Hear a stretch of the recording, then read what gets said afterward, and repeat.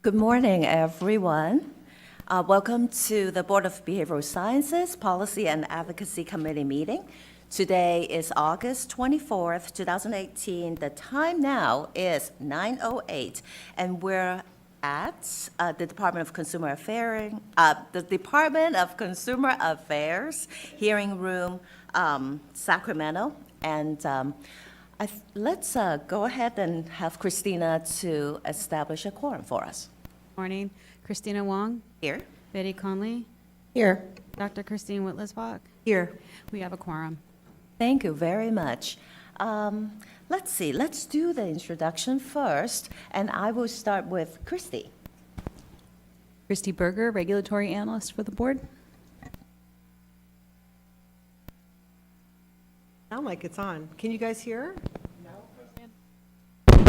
It's on. Now it is. Can you hear me? Roseanne Helms, Legislative Analyst for the Board. Christine Whitlisbach, Public Member. Betty Connolly, LEP Member. Christina Wong, LCSW member. Kim Madsen, Executive Officer for the Board. Sabina Knight, Legal Counsel. And for our audience, if you're willing to introduce yourself, please come up and state your name and your organization. And it's voluntary, so feel free to come up. Porter.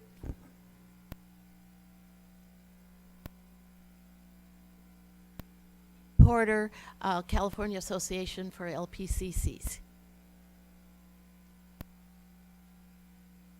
Kenneth Edwards, CalPIC, California Association. Becca Gonzalez, National Association of Social Workers, California Chapter. Wong, NASW. Heidi Holmblad, California Association of School Psychologists. David Jensen, California Association, Marriage Family Therapists. Ben Caldwell, AAMFT. Thank you very much. So the next agenda item is the approval of April 12, 2018 meeting minutes. So I'm hoping the board members have a chance to take a look at that. So any amendments, changes, added? No? It really looks good, and I want to particularly thank Christina, for doing the minutes, because this is very thorough and very long. Thank you. So in that sense, if not much changes for the public, any comments, changes need to be made for our April 12 minutes? Okay, all right. And so I will need to have a motion to accept the minutes. Move to approve. Christine, and I will second. So Christine first and Christina second. And Christina, we're ready. Christina Wong. Yes. Betty Conley.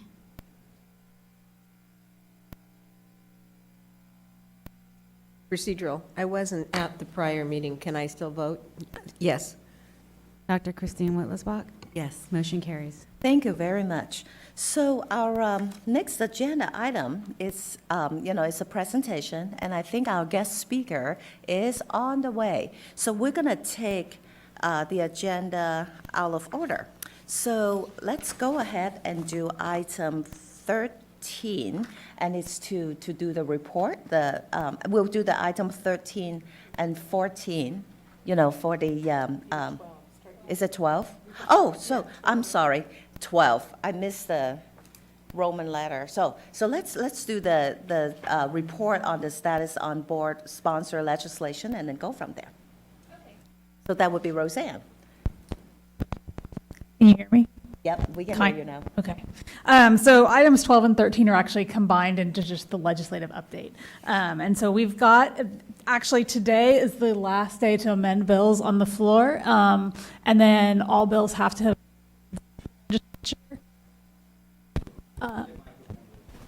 Well, you can use maybe. That's okay. All bills have to have cleared the legislature by next Friday. So it's kind of a busy time, lots is happening fast. I am happy to report that our bill, the big supervision bill that we've been running for the past 2 years, AB 93, passed through the legislature yesterday. So it now goes on to the governor. He has 12 days to make a decision, so we should be knowing about that before the next board meeting. So that's exciting. AB 2117, our kind of licensing cleanup bill, has also been enrolled and is awaiting a decision by the governor. And then our omnibus bill, SB 1491, is still making its way through the process. A couple of other bills of note. AB 456 was, which is the bill that allows ASWs to participate in the 90-day rule or to utilize the 90-day rule. That was signed by the governor, so that will be becoming law as of January 1st. And then you can kind of take a look at the other ones and where they are at that are moving through. 2138, which is the big bill about denials of applications and criminal convictions, is still kind of in the negotiation process. We're expecting amendments on that. Should be today. So we'll see how that goes. And just as a side note, Roseanne and I met with the Deputy Secretary of Legislation in the governor's office, just to share the board's concerns so that it was very clear and articulate why we had some opposition to that bill. Thank you very much. So then maybe we can move on to also the status of board rulemaking proposal, and I believe it's Christy this time.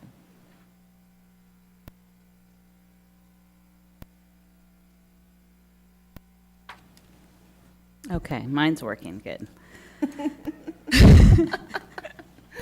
Okay, so right now we have 3 regulation packages that are making its way through. They're all 3 in the initial review process with the Department of Consumer Affairs. So the 3 are, there's our big enforcement package, and then we have one that is dealing with application requirements and some technical issues, as well as a minor thing on supervision, and then we have one that's another sort of technical cleanup about exam rescoring and applications. So, but again, those all 3 are making their way through the initial review process, and have one of them started more recently. We've had one that's been in review for about a year at this point, and we're still trying to work that through. So interesting. So where does it get hung up? Because it looks like, it's been almost a year. Yeah, I'm not sure. That one is a little more of the well, the one that Roseanne, the enforcement process one that Roseanne's working on is probably the most complicated of the 3, but this one is fairly complicated. It's not super, I don't even know how to explain it, but I think it's right now, it's been stuck in legal for, I think most of the time. It's been through the budget office, but it's waiting. So we've been working on it, so we've been kind of working back and forth, but It's not for lack of board staff trying to follow up. It's part of that new regulation process that they implemented, the pre-review before we can notice it. So essentially, the way that works is that it goes through the levels of review, the Legislative Affairs Department, Legal Department, Budget, DCA Executive Office, State and Consumer Service Agency, and once everybody signs off on it, then we're able to publicly notice it. That process is obviously a little longer than we would like. Essentially what it's doing, it's adding another year to a process that was already taking a year. Some of the comments that Christy got back on one package really were as a result of a law change that we ran through the legislature, changing the title from intern to associate, and those were the comments and the changes. But at this point, quite frankly, we don't know where in the legal office it is. I know it's not with our attorney. And I put a call in yesterday to DCA exec office to ask them to come down and explain the process, why the delay, and where those 2 reg packages are that have been there since last summer. Are in the process. I know that some of the reason that they implemented the new process is because DCA as a whole received some rejections. They tout a 22% reduction rate. They're touting now that under the new process, it's reduced by half. But if I recall some of the initial numbers, the initial packages that were rejected were 6. And so now there's only 3 that they're rejecting. So that's, 22% sounds a lot different than out of 30-plus packages, 6 were rejected. I'm reasonably confident that none of ours were rejected. So it's sort of, we're not the only ones. I know that all the other EOs and DCA have the same concerns, and it keeps coming up and up and up, and there just doesn't seem to be a resolution to it. So hopefully when the executive office comes down, the September board meeting, they might have some answers for us, or at least a little more clarity. So. And yeah, that was really it, so. And thank you, Kim, for the explanation. I'm just looking at the bills, and they're really important, for the licensees, and another one is the enforcement process. So, so my hope is that, we can, get the legislative, get the rulemaking process rolling, so that, the bill can be in effect. And then we can, improve our processes, so. Yeah, it's not our process, it's the No, it's review, there, it's it's there. DCA's. Yeah. Quite frankly, if it's going to take us 2 years to get regulations through, it's better we are far more successful if we run it legislatively through as a bill. But, which, is concerning, because if AB 2138 passes, that revamps a lot of our enforcement process. So it not only, it will have to revamp our statutes, but it's the regulations as well. And we're not, if they're taking 2 years, we're not going to be able to implement anything timely unless they add a delayed implementation to that particular bill. So and I'm concerned too, because of the supervision bill, AB 93 is now with the governor's office. There are absolutely some regulations that we have to get through in order to implement that. So, it's concerning. It's really starting to have an impact on our business. Yes, absolutely. So, we'll keep an eye on it, and hopefully, we can, I'm sure that the staff will help out to, to get those regulations pushed through, so. We definitely try. Yeah, I know you guys will. Thank you. Okay, so in that sense, so Heidi, we're not ready yet, right? Okay, so let's, oh, yeah, that's right. Let's see. I'm a little slow today. So I don't think the public needs to comment for this part of it. Okay, good. So let's do the public comment. So let's see. So any public comments for the item not on the agenda? A little early, for you to stimulate your brain, just like I need to warm up also. So go ahead, Dave. David Jensen, California Association of Marriage Family Therapists. There's an issue that's sort of been percolating, I'd say, over the last 2 or 3 decades. It involves attorney general opinions. These are, as Ms. Knight will tell you, these aren't laws, but they're very persuasive analytical documents that lawyers use in legal proceedings. It's sort of the state's take on how a law would be applied in a given situation.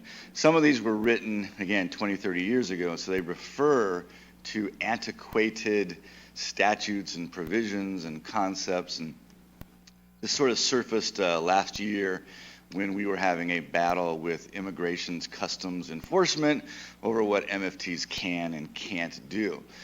So a project that CAMF is willing to take on, but I think we're going to need the help of the BBS too, is to work through all the old Attorney General opinions and try to bring them up to date in terms of current law and concepts. So I think, we would be happy to do the legwork, but I think to really get it through the AG's office, we would need some leverage from the BBS too. So, but timing is going to be the key issue. It really doesn't make sense to do it until the scope of practice laws get, because that's going to be the heart, of the document a lot. But we wanted to sort of introduce it at this point in terms of thinking something on the radar down the road. All right. Thank you. Thank you very much, David. Any other comments for item not on the agenda? Okay, so let's move on to the next agenda item. That is the suggestion for future agenda items. Okay. Yes, go ahead, Christine. Sorry. So can I just make a recommendation that we revisit that agenda item at the end of the meeting, just because things might come up during the meeting that, people might not think of now? Thank you. Yeah. Yes. So let's move to item 5, and that is the discussion about the proposed revision to the out-of-state licensee's requirement for the LPCC. Okay, so first up today then is the Lpc Si Portability Language. This language is the result of the License Portability Committee's collaboration on the subject. Their last meeting was this past June 8th, and attachment A shows the proposed language. Amendments reviewed by the License Portability Committee are shown in blue, and newer amendments recently updated by staff are shown in red. So under the proposal generally, the board may issue a license to a person who holds a license in another jurisdiction of the U.S. as a professional clinical mental health counselor at the highest level for independent practice if they meet certain requirements. They have to have been current, active, and unrestricted for at least 2 years immediately prior to applying with the board. They have to have a qualifying master's or doctoral degree that was from an accredited or approved school. They have to submit fingerprints. They have to complete a 12-hour California Law and Ethics course and a 15-hour course in California cultures. And they have to pass a California Law and Ethics exam. And passage of the clinical exam for applicants qualifying for a license under this method is not required, and we have decided to specifically state that so that there's no confusion. So that's been recently added. Also under this proposal, the committee proposed that once issued the California license, the licensee must complete a one-time 6-hour course in mental health recovery-oriented care.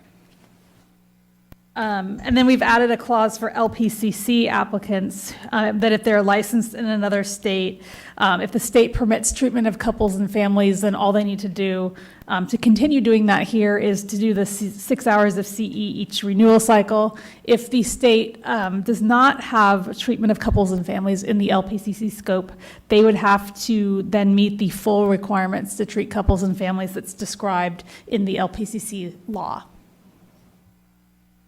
There's been a number of other technical amendments that were made as part of this proposal. For consistency, the proposal reduces the coursework requirement for California Law and Ethics from 18 to 12 hours to match the people coming in that are already licensed.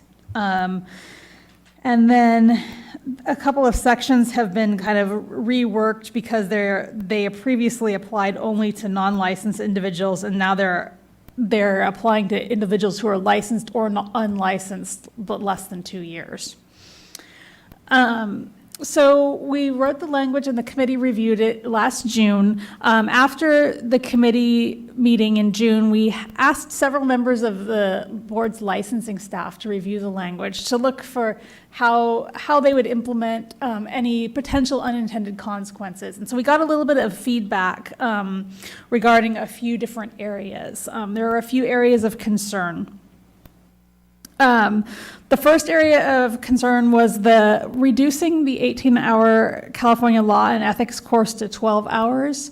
There was some questions raised about whether this would cause confusion because we've kind of got it ingrained in everybody that it's an 18-hour course now, so we're rolling it back to 12. And then there was also the question raised of does 12 hours provide sufficient coverage in all of the topics that are listed. The second question had to do with the completion of the 6-hour Principles of Mental Health Recovery-Oriented Care coursework required in the first license renewal period. The intent of doing this was that to decrease all the required coursework that somebody coming in initially through the portability method would have to take.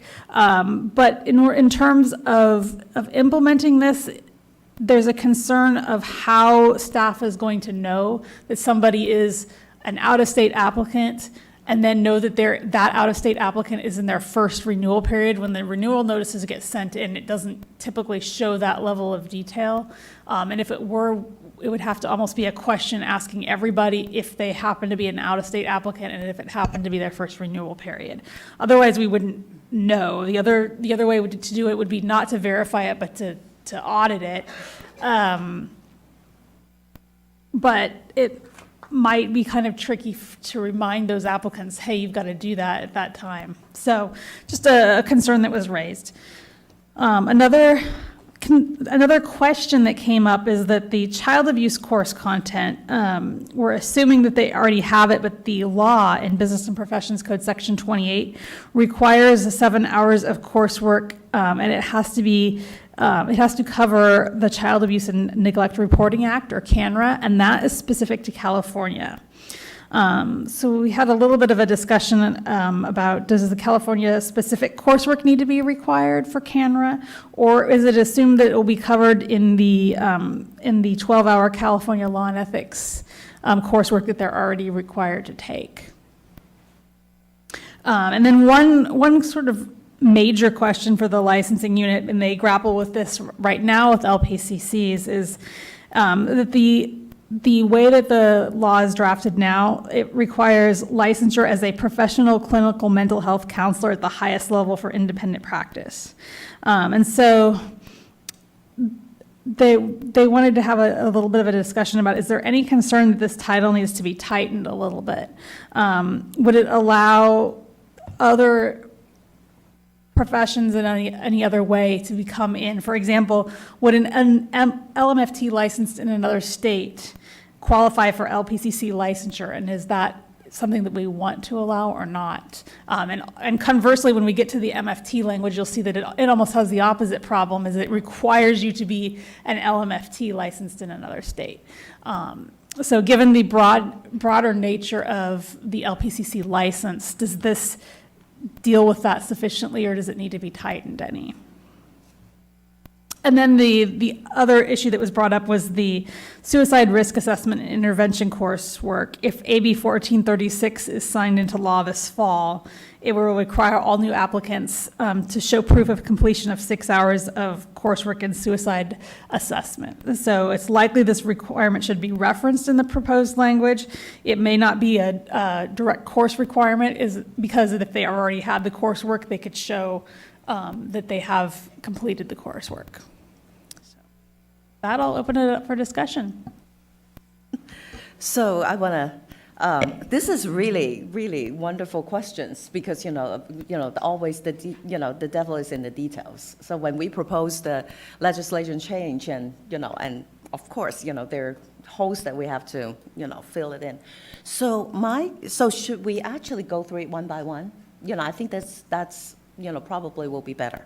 So let's address the first question, reducing the 18 hours California Law and Ethics course to 12 hours. So now I was trying to think, I was trying to, recall the reason why we recommend that 18 hours to change to 12. I think we were trying to make it consistent with, the 12 units, the same as, those who, could not pass the law and ethics, and then they're required to, to take a 12 hours class. And yet, it looks like, whether it should be, equating those out-of-state applicants as if they are those who did not pass the exam, or whether we should equate them with actually kind of like a new licensees, new applicants. So I think that's, yeah. I think that was the reason why it got changed from the original 18 to 12. But it looks like the staff brought it up that it's better to, or, a possibility of whether it should remain at the 18. So, Christine. So wouldn't an applicant from another state be usually entirely unfamiliar with the law and ethics of California? So wouldn't they be more equivalent to a person? I mean, I'm just food for thought. From an out-of-state perspective, I think generally, there's the do's and the don'ts that are general, but then there's the California specifics. Yeah. If you're looking at a California grad, they get that in school. Gotcha. And they might get a 3-unit course in it. Or it might be, the law and ethics might be woven in continuously throughout the degree program. Does that count for their 18-hour? For ours, for in-state, yeah. In-state it does. They're not required to take an 18-hour. They're just required to take a law and ethics class. So the 12 hours that's now required of the associates is only specific to their lack of success in the law and ethics exam. And they can test 3-4 times in a year. But after they renew, then they need to take that coursework in order to resume the exam cycle. So they've had 18 hours At first. least, first. And then they did Right. not pass. Did not And now we're pass. saying, okay, you need a 12-hour You course. you need another 12, right. So essentially, we're saying, that most of the courses, I think they're getting more than, 3 units of instruction in law and ethics, because if you look at the 2-year degree program, there's application of law in almost every course that they take. So it's woven in. I think if you think about how the LCSWs are educated, they don't call out a law and ethics course specifically, but rather it's interwoven in the courses. And the same way the MFT program works now, because it's an integrated program, they get all of that, and it's all California specific. But you So- said there are some things that are just general across the General, board. yeah, I mean, so what are your thoughts about? My thoughts, I think if it's a concern, especially as it relates to the camera, I think we just call it out, that particular law and ethics course needs to cover some component of it. But you're looking at a 2-day course versus a 3-day course, and they can get them online. So yeah. Do I think 6 hours is going to make that big of a difference? No. Okay. I really don't. Christy, go I ahead. just want to add for LPCCs, the ethics code is the same, it's a national ethics code, so that's something to think about. So they would already be familiar with that.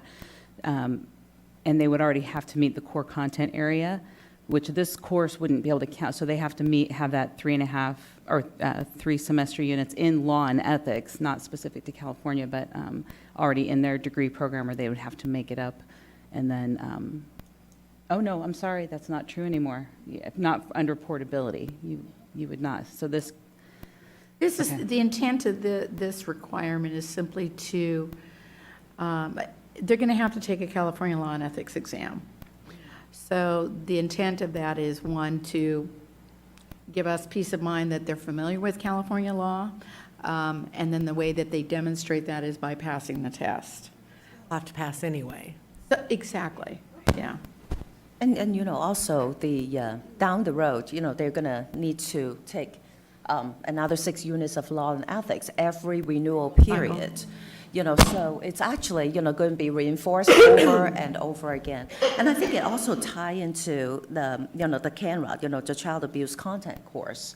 If, let's say, we discuss that, I think it kind of go hand in hand too. If, let's say that we, because according to the law now, that they have to, it's part of the requirement. And so if we said that, they need to take, the child abuse course, and it really is about a whole set of laws in relating to, to child abuse reporting. So I think, that would actually suffice, that kind of difference. And in fact, if we vote, if we recommend, to go for the 12 hours and then add it at 7, they actually will be ended up, having 19 units instead of 18. But we split up a little bit clearer that, 12, it's in general, law and ethics, including, elder abuse, supervision, all those kind of stuff. And then, specifically, about the, the child abuse. So that's my thinking. So, yeah. So I would say that 12 hours, if it's not too confusing, for the staff to, to look at it, it may not be a bad idea, just to kind of split it up. Right. And I would say, if we're concerned about the CANRA, then, perhaps we just specify that, that the law and ethics course must have some instruction in that particular law. Because I think, the whole intent of this is, the whole portability is to honor the individual that's already licensed and not make it overly burdensome for them to come in. I think it's a reasonable assumption that everybody has a base level of education and understanding of ethical practice, what's unique to California. So I would say, my recommendation would be to just, I think 12 hours is sufficient, given that they're going to have to pass the test. My guess is there's going to be a question or two about camera on the exam. So if we identify that there should be instruction in that particular area, then I think we've done our best to assure that someone's sufficiently prepared to be practicing in California. So 12 units, okay. Public comments. Any preference, any things that we missed? Dean Porter, California Association for LPCCs. Currently, in this law that we are looking at, it just says child abuse. So what you're suggesting is we add parenthesis, camera, something like that to make it more specific. Also added is the application of ethics in different types of work settings. It's in one place in the new law and not in another. So just for consistency, you might want to take a look at that. Dean, can you let me know which section you're referring to? In 499.62 D, and then double I, it defines the 12-hour course. Mhm. And then it's also listed in 4999.60, let's see, is A, 4, I. And it's just a shorter definition. So I didn't know if you wanted to repeat, so it's exact. Okay, I can take a look at that. I think 4999.60 is for the individual that's already licensed 2 years, and 4999.62 is someone who can't qualify under Yeah. .60. So someone who's licensed less than 2 years. But they both need to But take they're- the 12-hour course, right? They do. So, They should be the same Should be the definition, same, so though. I'll double check that again. So it should be the same content. Anyway, just a little housekeeping thing. yeah, that's good. And if the course, will we still be having an 18-hour course? Because if not, I don't understand where the confusion would be. If we only have 12-hour LNE courses. I wasn't sure what the staff concern was about I think confusion. they were just concerned if it was just enough. If bumping it down, we're used to seeing 18 hours. Uh-huh. Do we feel that 12 is going to satisfy what we have Yeah. come to believe 18 hours does? Well, it just says, will it cause confusion? And I thought, oh, well, if you're going to have a 12-hour course and an 18-hour course the way we do now, that is Right. confusing. It is. But So if I we're think- going to just yeah. 12, that should clear up the confusion. I think it's a requirement that, for those who are newly, applying for the registration number, it's a requirement that they have the 18 units, of the law and ethics. And that 18 units for now, it's covered, during the, at the course contents, during, in the graduate classes. So, so that's, I think that's where the confusion is coming from, because the 12 hours is actually a requirement. If you do not pass, then the applicants will need to. So, but that'll be the same as what we're requiring from out-of-state people. See, that's the interesting, I mean, now, that's my understanding, is that, if they're applying as a newly licensed person, then whether, even though they have a license from coming out of state, but whether they should be looked at just like a brand new applicant. Yeah. If they are the brand new applicant, then the requirement for the law and ethics classes are 18 instead of 12, right? The 18 units. 18's required now. 18 Right now, hours, you right. mean, not Hours is units. 18 hours now, exactly. Now, Wrong if we word. change it, we won't have any more 18-hour Right. courses. Yeah, It'll It's all be 12. yeah. So it should be less confusing, Right. right? Yeah, Roseanne, was there any other concern about that expressed that we haven't talked about? Not that I recall. I think it's kind of an ingrained requirement, so, changing it, there might be some initial confusion, but I think that if everything's 12. So maybe that would be another area to look at, if there's 18, 12, floating out there and just making that language be 12. consistent. This bill would make it 12. Yeah, right. Or this language. This language will make it 12, yes. Okay. Any other public comments? Okay, so looks like 12 is on the table, okay? We need a separate motion for each thing, or are we going to take them all together? No, or- I think Okay. we can do, yeah. And actually, it's very, down the road, with the other legislation the other proposal, they're pretty consistent, so we'll do it all at once. Okay, all right, so, Incorporate or call out the camera. We're going to get to that discussion down because I think that we actually have to, because of Business and Professions Code 28, Gotcha. I think we actually have to add that in there. Okay. so should we actually, since we're talking about the child abuse course content, should we talk about this now, and then skip number 2? Sure. Yeah. Yeah. So let's do, so what do the board member think about having a separate class, requiring them to take the 7 units? Because that's in the law now, right? I don't think we have a choice because it said, attachment B on page 17, it says all persons applying for initial licensure shall, in addition to the other requirements, have completed coursework in child abuse and assessment and reporting. And then it also requires elder and adult abuse and neglect. And it says it has to be a minimum of 7 contact hours. So since that's in statute, I think that we have We have no choice, but. we have to have it, yeah. So I think we have to add that into, it would be added As an additional course. as an additional course. So basically where you see on page 8 with 49 and 9.60 for the portability people, it would have to be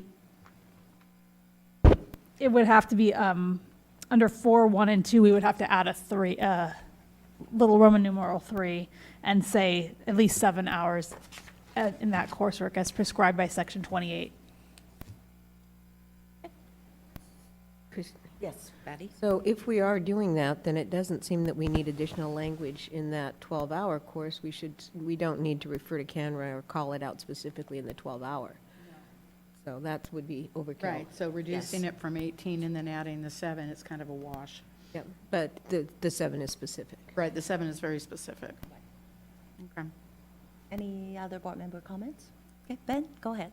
Good morning, Ben Caldwell, AMFT. And not my intention here to be speaking about the LPCC section, but just because I know there's parallel for MFT and for CSW. Did I understand, Roseanne, correctly, that what we're talking about would be a 12-hour law and ethics class in addition to 7 hours on child abuse reporting and in addition to additional time on elder abuse reporting? The 7-hour requirement right now is child abuse and elder abuse all wrapped up into 1 7 hours, so not an additional 7 hour for each. Okay. Part of the reason why I ask is because in a California law and ethics CE course that is intended at least in part for people coming in from out of state, it would make sense for a major emphasis of that course to be abuse assessment and reporting standards, because that is inherently state specific and because that is something that people would be likely to see on their law and ethics exam. I wonder about whether it's worth discussing actually folding that 7-hour requirement into the 12 or 18 or however many hours you make it law and ethics course that people have to come in if they're coming in from out of state, so that rather than having it be a thing that people do separately, it's actually part of law and ethics. That's where I cover it. It's where a lot of grad programs cover it, and it makes sense to have that within that legal and ethical CE. And I'm not intending to stake a strong flag here, just saying that might be worth discussion.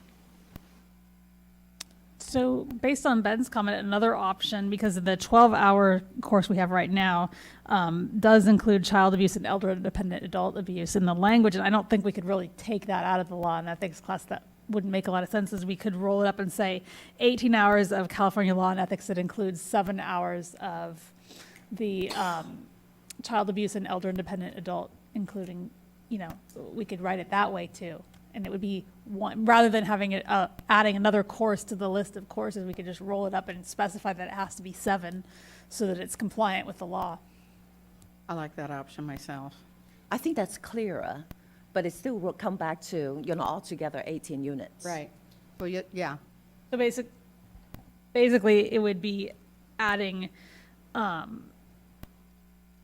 11 units. Just keeping it at 18. 18. And then specifically calling out 7 hours instruction in this.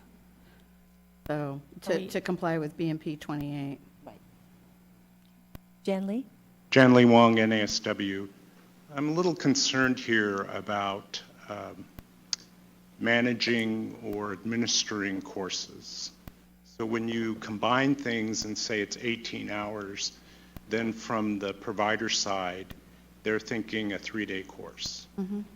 And I don't think that's the intent here. The subject matter is the intent, not the sequencing or how the courses are packaged or organized. So I feel like you give providers, instructors more leeway when you keep it as is, 12 here plus the additional, and then they can kind of manage when those courses are taught, what sequence, as long as they're taken and they get credit for it. By packaging it together, you're telling people you have to spend 3 days somewhere to take 18 hours. And it feels unwieldy, and it's not really looking out for the consumer. It's not really looking out for the consumer, because tell me when somebody could actually take 3 days off to take an 18-hour course. Now, I realize you could do it online, you could do it at midnight, in your pajamas, but some people like in-person courses, so they literally would have to take a lot of time off to take it all together, when I think the intent really is that you just want them to have the content. So if they split it up, they take, a couple of courses here and a course over there. As long as they take all the courses, I think that's your intent. So I think you have to be careful when you say, let's bundle everything up. Why not have 24-hour courses, 48-hour courses? That way it's so simple. We just put all the topics into one place and then they have to take them all. But it doesn't work like that in the real world. I'm curious. Oh, good. David is coming up. I know you administer a CE course for law and ethics. How would that work? I mean, are we, yeah, I know, many. Yeah. So from a CE provider's perspective, what's the best viable option? Oh, man. No CE, right? No CE. No, that would, based on the level of interaction I have with licensed people, there's still a flawed understanding of a lot of legal ethical concepts. And by far, child abuse is the #1 call we get at camp. I mean, our phones are on 8:30, 4:30, 6 lawyers on staff. It's call after call after call, and we get, the majority of calls are child abuse related, so it's a hot topic. As opposed to the direction Ben was going, another direction to go here would be to remove, because you already have the 7-hour class specifically devoted to child abuse and elder abuse, which gets into more stuff than just the mandated reporter stuff. It also gets into the indicators of abuse, the more clinical aspect to it. So I think there's real value in that course. But I think you would have to take out of the definition in 4.1, remove child abuse and elder abuse from that section so it's not duplicative. That would also free up a little bit more space for some of these other topics. I'm concerned about the sufficient coverage issue myself. I realize these are licensed people coming in from other states, but we don't know what they don't know, and we really don't know what their laws are, so it's hard to do something that's specifically unique just to California. All of those topics are huge when you start trying to teach them. For instance, record keeping. From your perspective, record keeping is really simple because it's 3 concepts, professional judgment, standards of profession, nature of the services being rendered. But when you start looking at settings, now you got to look at what are Medi-Cal's record keeping requirements, what are victims of crimes record keeping requirements. Right now is very aggressive in terms of auditing of providers. Managed care is going to have record-keeping requirements. So that subject goes from a seemingly simple paragraph to a much more complicated analysis. HIPAA is a whole world in and of itself. Ann, Mike Griffin, and I did a 6-hour training on HIPAA a few months ago. Telehealth. Mike looked at the telehealth regs, I looked at jurisdictional issues, and Ann looked at some of the HIPAA requirements. That was 6 hours burned like that with those 3 subjects. So I think sufficient coverage is always going to be an issue. If you go to 12, it's always going to be a fairly superficial exposure. I get it's kind of a refresher. They should know a lot of this, and we're trying to highlight areas that might be on the exam. But you are going to lose a lot of content by lopping off those 6 hours. But one thing that would help would be to excise child abuse, elder abuse, because it's already covered in that 7-hour class. But personally, based on my experience with our members, you don't want to lose that requirement because that's the #1 area we get calls on. That help or? Yes. Yeah, it does. Yeah? It really does. I mean, it's. And 6 hours is the magic. You don't want to go beyond that for a day-long, presentation. Everybody's kind of used to that sort of a time frame. I think that I want to be consistent there. I think Janley's right. 3 days is Way too much. long. So you're going to cut either way. It's always going to happen, right? The two-edged sword. But 12 hours is going to be pretty superficial to address all of those topics. So if we remove the child abuse and That would help. et cetera, that would help. That would help, And then definitely. have another course requirement specific to that. Exactly. Okay. Yeah, keep the 7. I would keep the 7. I did a 6-hour training in Fresno 2 Saturdays ago. It was all about unprofessional conduct. So all we looked at was 4982, right, from the BNP, but you hit most of these topics. Right. Advertising's there, scope of competence there, practice is there, the boundary stuff there. So a lot of them's there, but I didn't address child abuse reporting at all, or elder abuse reporting at all. Didn't do anything about HIPAA. So those are big ticket items that are still, I'd be, you're going to cut either way. I get it, but 12 hours, all those subjects are going to be fairly superficial. Janley?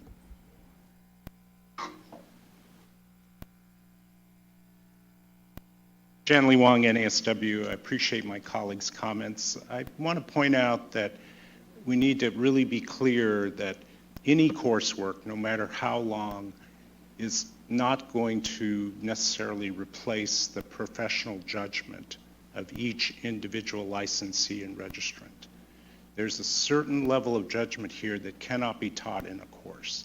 So as Dave said, we get a lot of calls about child abuse reporting. Most of the time, it's not about the technical parts, like which form do I fill out, how many hours do I have to complete the form.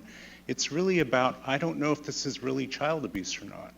And for anybody to get a call, whether it's me or Dave or somebody else, we cannot replace the professional judgment of the caller.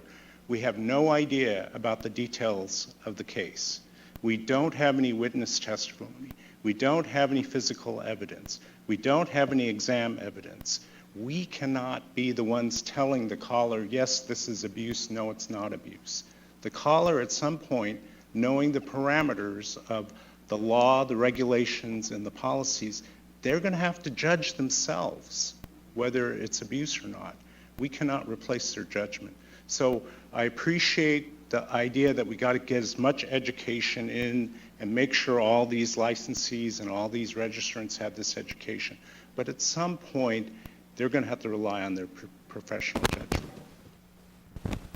Thank you so much for the comments, and I think, it's very, and generally, I do agree with you, being in the field, and that's one thing that I always emphasize, is like, we can teach a lot of the knowledge, as a supervisor, but what really comes down to is about the clinical judgment, and that we cannot teach, they have to acquire it in the field and, through experience and stuff. So, so in terms of what we have here, the good thing is that the population we're dealing with are the out-of-state licensees who have a license, at least 2 years in good standing. So, so I think, what we need to think about is like, those licensees who are licensed out of state, they have some sort of, they should have that basic foundation, for their licensing law in their own state. So the good thing is that we're not teaching them from fresh. We're not treating them like, they are completely newbies. So I think that really is when at the License Portability Committee that, we really want to focus on is like, how can we strike a balance for not overly burdening them, with the CEUs, and yet also make sure that we have enough coverage, to make sure that, we are protecting the consumer to bring them up to par with, the California licensees. So I think, now it looks like, more and more, hearing from, the stakeholders that, the practicality, it seems like, it's easier to stay, on the 12 units and then the 7 units, hours, and then, take out the requirement for that 12 units, take out the abuse, that dependent care. Isn't that, it's in there, right, the language? So, yeah, my one concern about that, though, is if we move, so we would have to take it out. So we have, everybody's required to do, applying for licensure is required to do the 7 hours that includes CANRA. It's not necessarily a law and ethics course, though. But if we take it out of one and then we have this 12-hour course floating out, my concern is that either they're going to get it anyways because the people that are coming in from in-state or the people that are coming in that don't qualify through the portability, or it's still required of them, and also probably the people that are doing the 12-hour California law and ethics because they failed the test are going to be taking the same course. So then you're going to have a topic that's in some courses or not others, or might get like it's going to get really specific on, do you see what I'm saying about the, Yes. if it's missing in some of the 12-hour courses, but not in all of the 12-hour courses? And if we take it out, then, I mean, there's no specific language for the, if you fail the law and ethics exam, I don't think it says that you have to have it. It doesn't specify the content, but then if you fail the California law and ethics exam because you missed all the CANRA questions, then when you go and take the class, you're not getting any of that. So that section of the law applied to not just the out-of-state candidate, but also to the other. It's uniform. Oh, it's uniform, okay. Well, So we it's in 2 cannot- places, and then we don't specify it for a law and ethics, but they're probably going to be taking the same course, basically. So what you're saying is that, if we cannot adjust what the law is saying right here, the simplest way is just to leave it as 12 units and then just add, the required mandated child abuse reporting, the 7 hours. I think possibly. That's the simplest. Even though I do like the idea of rolling it up into one, but I think that, Yeah, yeah. the CE providers can tell us, what the practical issues Yeah. are. Mhm. Yeah. I think that's the best way to approach it, based on Roseanne's comments. Okay, so then we want to add to, on page 8.4, we want to add a subsection 3 that has the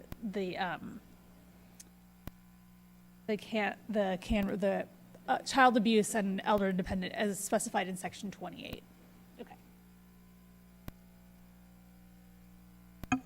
Thank you. Okay, then the next couple topics left is the mental health recovery-oriented care coursework, whether it should be, how to, the difficulty of verifying, that they have completed a class. And so we didn't think about the verification. No, and I have to tell you, it's going to be beyond problematic, honestly, to confirm that they took it after licensure. There's just I can't even think of a way to, and I'm sure the IT people could figure it out, but how to separate that in, so that it pops up as a random audit. I think if that 6 hours is very important that they know before licensure, I think that we have them do it before. That's my thinking too. So, board members, any other? So it's okay to do it, the 6 hours, pre-license, Yeah. before they, Because what you're looking at is that now, if you add, you've got 12 hours, if we go to 12 hours California law and ethics, you're going to have 7 hours child abuse, so that's 19. And then you're going to do 6 hours. 6 hours. So now you have 25 hours of education that you need to complete before you start practicing in California. And if you think about the person sitting in Iowa coming in, most of that can be done online. So it's not, I don't think, overly burdensome, and I don't think it's unrealistic. But just my thoughts. Betty? Yeah, I'm trying to formulate my question. I guess maybe it's because I don't understand exactly why we're calling out this specific mental health recovery-oriented care. I mean, it seems to me that would be incorporated in a training program. I just don't understand why we're calling out that specific little scope of practice as opposed to like a gazillion other scopes of practice or methodologies or whatever that we could be calling out. Why that particular? It's because the California, that is very California specific. Okay. So the whole movement, for the Mental Health Service Act, and how, the mental health services philosophy has changed. So that's unique to California. It's is what very you're saying. unique to California. And also, when the licensees come on board, they're not just going to the private practice. If they're going into the public services, very likely, in somehow, some form, they will be part of that whole mental health, recovery, wellness and recovery, service. Well, by just saying that that's very unique to California helps me understand, I guess, why we're calling that out. It's just when I read this last night or whatever, I was kind of going, why are we calling that particular piece out? But that I guess answered my question. Christina, do they get, so if I'm coming from Michigan and I'm going to go work in a community mental health setting, would I get trained on that? Yes and no. I think, as a therapist, it's really about the philosophy, how that, it's very different because, you can still have, some clinician, operate in a very medical model. Right. And yet, the recovery and wellness, whole philosophy, it's really about like the peer counselor. That concept about, having, utilizing a more the holistic approach, to deal with the mental health services. So when when the clinician doesn't understand that concept, it will create some sort of, difficulties. Not that it's not, on the job training, but this is very California specific. And also, there's a good population that will be working on, that, the mental health services like that. So, so I think it's important to understand, what really is the existing, kind of like the service modality. And it's been, it's been for a long time. And, even that MFT, they changed the content, to be more oriented to, to the whole, different service orientation. So the team approach. Team approach and, utilizing the life coach and that kind of stuff. So it's not just about mental health, but it's really about all the aspects. You deal with the physical health and deal with, utilizing the, different area, to make sure that the person is not just, it's about the whole wellness. Right. Instead of just that piecemeal of mental health. Okay. So it's coordinating with a physician, it's coordinating with the resources in the community, it's, You're working with a case manager, Case working with the life managers, yeah. coaches, and all those things. So it's not just about you close the door and, Right. you're cured. right. Yeah.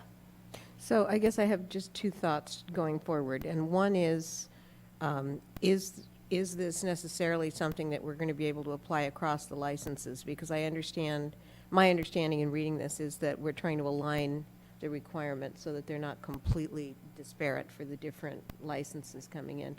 And ultimately, our goal is still to facilitate portability. Absolutely. So we want to, it's a balancing act, right? We want to make sure that we are protecting our California consumers, but at the same time, part of our mission is to not create, Watch it. obstacles that are unreasonable for other licenses. So I guess that one, for some reason, that one just leaped out at me. The CANRA stuff, I totally get that. I get the ethics that are specific to California. I don't know why. And I understand it's unique to California. I just wonder, the bigger picture would be how many other things are somewhat unique to California, and whether I just don't want to see us creating unnecessary obstacles. So that's it. Well, and I can share that when I presented, our framework at ASWB in the spring, when I brought this up, the question was why? And and these were questions from representatives from the Midwest as well as the East Coast. And I from a layperson's perspective, if I was transferring my license from one state to another, I'm only doing that because there's a life circumstance that's facilitating or motivating me to move to that new state. But my plan would be to practice in the same arena where I've been practicing. So if I haven't been working in this arena, then I'm probably not going to when I first come to California. So I don't know. It just depends on how strongly I think the members feel about requiring that particular education. Yeah, so when they ask why, I think that's exactly the reason why we need to push that forward, because, it shows that, it's very uniquely California, that they don't get it. So, because the Mental Health Service Act, is such a, it's a very California thing. And so the funding has been, helping, different, nonprofit organization, and the public mental health services. So I think it's important that, those who come out of the, out of state, they understand that this is very uniquely California. And it impacts, how actually, clinicians, collaborate and do their business, because it's not just about them anymore. So, Ben, you've been standing there for a while, so love to hear your feedback. Ben Caldwell, AAMFT, and I appreciate the discussion here. It's, I would respectfully say that while MHSA is certainly uniquely Californian, the recovery model for mental health care is not uniquely Californian. In fact, many of the best resources for recovery-oriented care that are coming out at this point are coming from SAMHSA at the federal level. So states all over the country have adopted recovery-oriented care principles into their public systems to admittedly varying degrees, and California is probably ahead of the curve in that regard. But recovery orientation and a recovery-oriented system of care it's not uniquely Californian. I think there is a reasonable, larger debate to be had about, whether we should be calling that out as a separate educational component. One thing that certainly is uniquely Californian is our adding such an emphasis on recovery-oriented care to the state-required curriculum for MFTs, because we don't see that in other states, which by and large defer to COAMPT standards. All that said, if we are going to require people coming in from other states to do a 6-hour course in recovery-oriented care, then Kim, I would agree with what you're saying. It's not overly burdensome to ask people to do that before licensure rather than in the first license renewal period. And so if that makes it sort of easier to administer, we would be fine with that. We would just also at some point like to have that larger philosophical discussion about, is this something that we really need to be requiring for out-of-state applicants who hopefully, and this probably requires some research, hopefully are getting a reasonable education in their own states about how the public system works there, including recovery-oriented principles. Thanks. Thank you. And Jan Lee? Janley Wong, NASW. Ben is my cue to come up here, so thanks, Ben. Being the oldest person in the room, just a little history. Prior to the Mental Health Services Act, the delivery of mental health care was, as Christina said, on a medical model. So what does that mean? That means diagnosis and treatment. And unfortunately, in those days, diagnosis was usually kind of medication oriented. If you were so severe and you had this certain diagnosis, the first response is medication. And it's probably that way now, except under the Mental Health Services Act, there are additional services that are encouraged to be provided to the client. What are those services? Housing, job services, social services, benefit services. This whole idea that the person should be looked at, as Christina said, in a whole, in a sort of an environment.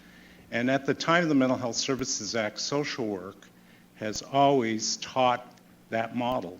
It's been called something else in the past. If my good friend Betty Dahlquist was here, she would say it was called social rehabilitation. That has been taught in social work for decades. But it was relatively new to the very clinical, medically oriented professionals, including the MFTs.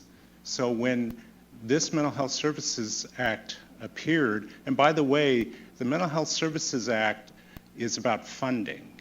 So this idea that, well, we better be in line with what that act wants is really tied to funding, and funding is tied to jobs. So when the MFTs came along, they said, wow, well, we better say that we are thoroughly familiar and experienced in this model because we are applying for jobs with the county. And the county is the entity that administers the funding under the Mental Health Services Act. But social workers always have practiced that way. So rather than really call it like, oh, it's some sort of type of therapy, recovery model is not therapy. Recovery model is a structure or a framework for delivering services to clients. It's not therapy. When you help a client get a house, that does help them therapeutically, but it's not a therapy method of getting housing assistance for a client. So I do kind of wonder, and I'm glad staff have brought up the challenge, the logistical challenge of how do you determine if this requirement had been met or not. And I don't think there'll be a problem with people not understanding or learning about the recovery model if they had little or no experience from where they came. And Ben is right, this is pretty much practiced all over the country because California led the way as a pioneer. When those people apply for a job with the county and they get interviewed and they're not really real familiar with the recovery or social rehabilitation model, they won't get the job. So let's say they know a little bit about it, they get hired, the county will provide additional training to them on how that model works and how the county executes that model. So you might want to consider perhaps not making it a requirement, especially one that you can't really track and audit, because you are painting yourself in a corner if you do that. So we're requiring something that would be specific to an employment rather than a skill set needed to deliver. Okay. Okay, so we're talking about, the verification to really, thinking about, whether this course is, going to be, a good requirement. So and thank you, Janley, for the explanation and a different perspective, why it is important, and I think, from the employer point of view, it is very important that, the licensee come in or the applicant come in for jobs that, they have that sort of basic understanding and knowing that, their practice or at least, what they know about, the knowledge about the agency is there. And so, so I know that, California is definitely ahead of the curve. And truly, this is not like a brand new idea. And I think that's exactly the reason why the recommendation is for that course, to to be taken after they get the license. After they got the license. That's really what's the reason. And so, so that's, I think that was the compromise, because should we burden them, with, the class, load them, ahead, before they get the license or post-license. So I am a big, strong advocate for, for the licensees to get the class. I mean, I'm just, because I'm the one who actually proposed it. And so, I would pretty much, I mean, unless it's the majority thinking that, we can do away from it. Otherwise, I would strongly recommend to keep the class there. But it's about, again, run into the verification issue. Betty? And I hear that. Yep. And I'm not a social worker or an LPCC, but I did hear from two of our stakeholders who said they don't have real strong feelings about keeping that class. And so I'm concerned more about that we could continue to impose obstacles. And I think I've heard from several people who have said if they don't have that skill set, they're either going to learn it very quickly in their job positions, or they're going to be motivated to learn about it so that they are employable. I guess I respectfully disagree that I think we should probably evaluate whether or not this is something that is going to be seen as standing in the way of the portability and just creating obstacles. So I don't feel like it's compelling to keep, so. Mm-hmm. Christine? I kind of lean toward Betty's position for what it's worth. All right. So, so in that sense, so so what I'm hearing is, actually, instead of looking at whether we should be, whether it's pre-license or post-licensing requirement, is to actually do away with it, to get rid of it. Yeah. Is that what I'm hearing? Okay. All right. I think the threshold too, because I know you feel strongly about it, Christina, but I think the threshold for me is, I can see where it's required for a few folks, or a few folks would benefit from that class, but I don't think it's a required skill set for everybody, all clinical practice in California, whereas knowledge of the CANRA, knowledge of our basic laws in California that are unique, that's absolutely required for safe practice in California. I think the other thing when I was proposing this was because, with the MFT, and the LPCC, they added that particular content. Yeah. It is in their content. So, about the whole, Recovery-oriented care, Yeah. to keep pace with the LCSWs. Right, exactly. So, when you have the licensees coming out of state that they don't have it, and then we're already honoring, the licensee that, that we don't even look at their course content requirement. And yet, and that's very specific for the MFT because they added it since 2012. And so how do you make it, also a little bit more consistent? So that's where, the other, that's my thought, so. Thanks for letting me push. Okay. So, okay, I would Roseanne. add one thing. I just want to clarify that if we were to take out the 6 hours, that would just be for people licensed more than 2 years. We still have the 45-hour requirement in there, and that would stay for people that are licensed less than 2 years or not licensed in another state. So it would just be that one subset population. All right. So let's look at, I know the time is getting tight. Okay, Dean, go ahead. Hey, I was having the same concern that Roseanne has brought up.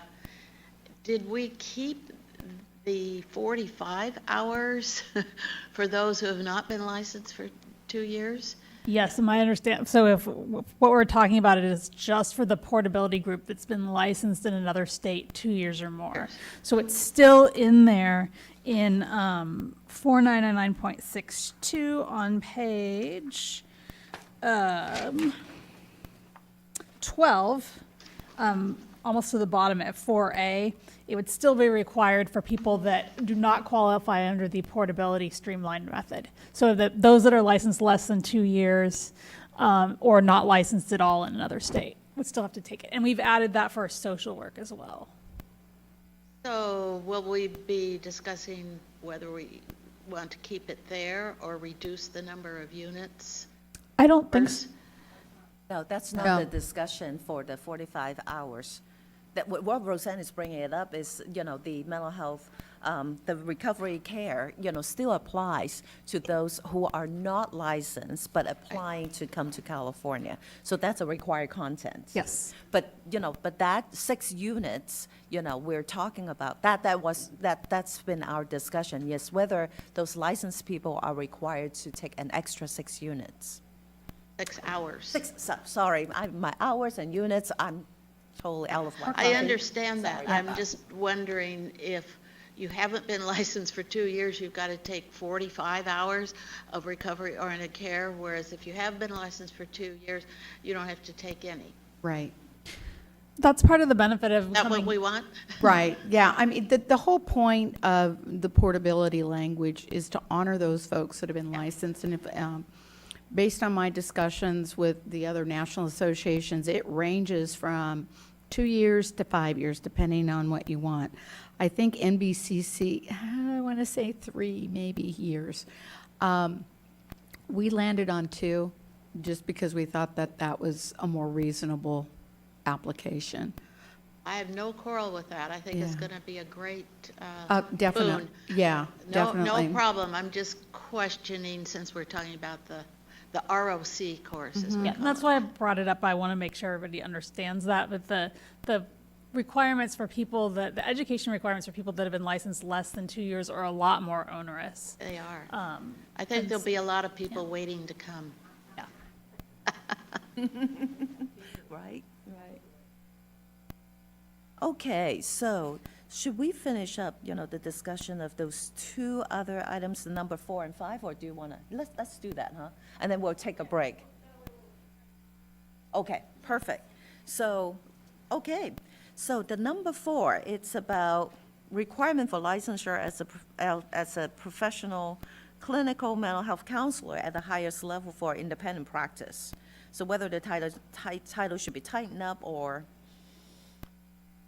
yeah. So this yeah, is a- LPCC, the licensing unit struggles a lot with this, and we've tried to tighten it up over the years because there are a lot of different programs and licenses out there that are maybe close to clinical counseling, but not quite intended to lead to a clinical counseling license. And then it's kind of a balance between, is it too broad? Does it allow too much in, or is it, on the flip side, we're going to discuss in a little while, is the MFT one requiring that you have to be a licensed MFT? Is that too tight?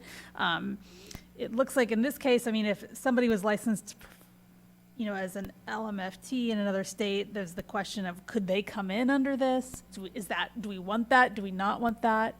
So it's just kind of a sticky discussion point. So I quickly this morning looked at the LPCC. It's the licensure requirements for professional counselors, and looked at the degree titles, or the licensing titles, and there are 7 different ones.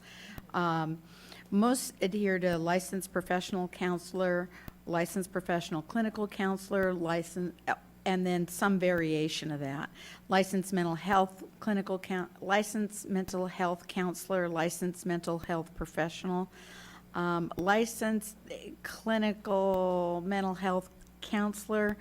So I think if we were to do anything to tighten it up, and I'll have my LPCC group either pass out or applaud, whatever they want to do. But I think if we just say professional clinical counselor and remove mental health, that might help. Because when I look at New York in particular, because I know what we're concerned with. Where's New York? Hurry. New York does licensed mental health counselor. And, it's the master's degree, it's the highest level that they have there, to independently practice and deliver clinical services. And they require the same exam that we do. So there are other degree titles that we get. It's counseling with a focus on maybe, a different modality. But I think if we keep it simple and straight, it would be helpful. Christy. Just one example I can give you. New York has another license. I think it's called Licensed Arts Counselor. Is that right? So I think, so we've sometimes tried to have those people come in, and I don't recall off the top of my head whether it's their requirements are equivalent or not, but that's one example of one that's like, does that fit this? Doesn't it? Not quite the fit, but under And this language, what happens? Yeah, because I've looked at that degree program in the syllabus, and I can tell you there is no assessment, clinical assessment in that degree program. And as will our subject matter expert confirms. I don't know.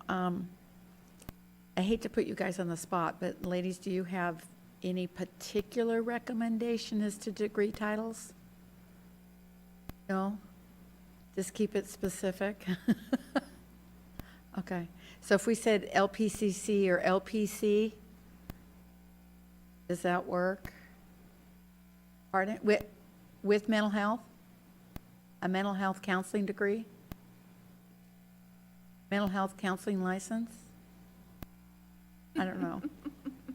We might want to circle back with staff and ask. Yeah, right. Because I hate putting them on the spot. I actually love to hear from the stakeholders and see Yeah. what their No, opinions and are. I'm not meaning to stick my nose in where it doesn't belong here. Just for clarity's sake, are you talking about degree titles or license titles? Because License that's meaningfully titles. different. Okay, you said degree a couple of times. Well, I That- did, that's why- probably. I need more coffee. That's why I just wanted for clarity. You can, I don't know if this is true in the counseling world. It's true in the MFT world, certainly, that you can have a lot more sort of tightness and clarity around licensure titles than around degree titles. That's why I was checking. We can. And I'm glad, Ben, I'm glad you clarified, because I was thinking more about the degree title. But really, if we're just looking at the license title, and I mean, you can easily just get a list of, all the states and then correlate to what is the highest that you can, there's only 50, 49 of them. 7 of the states, there are only 7 titles used among the 50 states. Right. Right. But it's the license title, so they're Right. really set in law. There's not a whole lot of ambiguity, because if they're highest level, then, Yeah. yeah. Go The ahead, highest- Dean. Yeah, that was my thought too. If the license title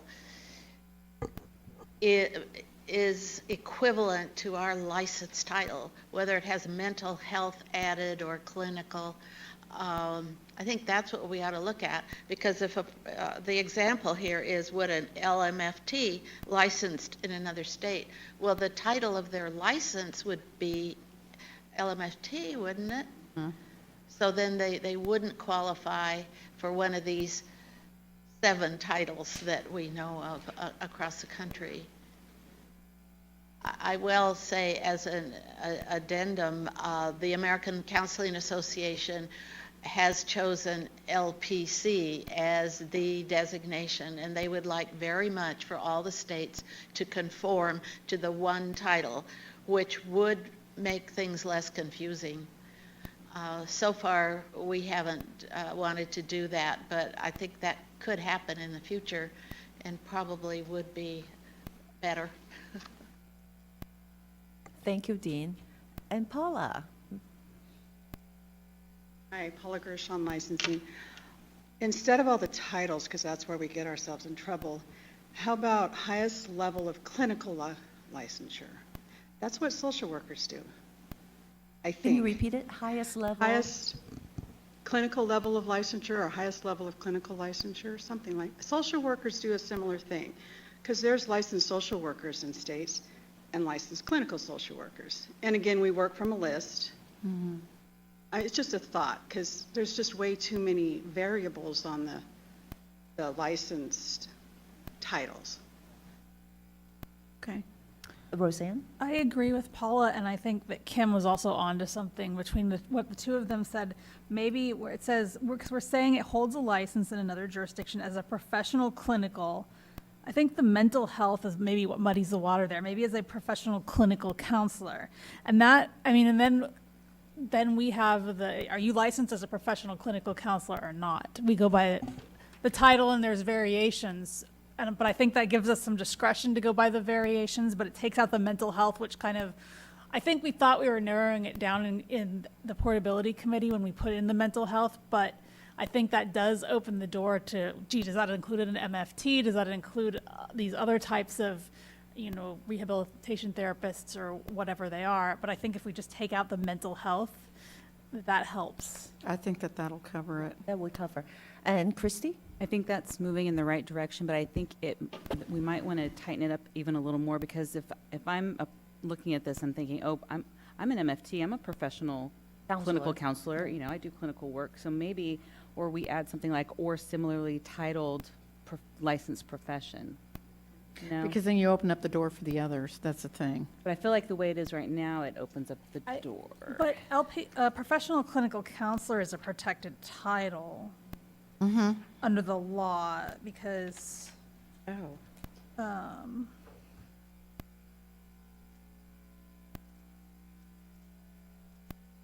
Right, if you look at 49.9.12E, licensed professional clinical counselor, or LPCC, means a person licensed to practice professional clinical counseling as defined, and then you go to the scope. Trying to find the section where it protects the actual title for LPCC. Yeah. Well, probably the scope, you can't do it.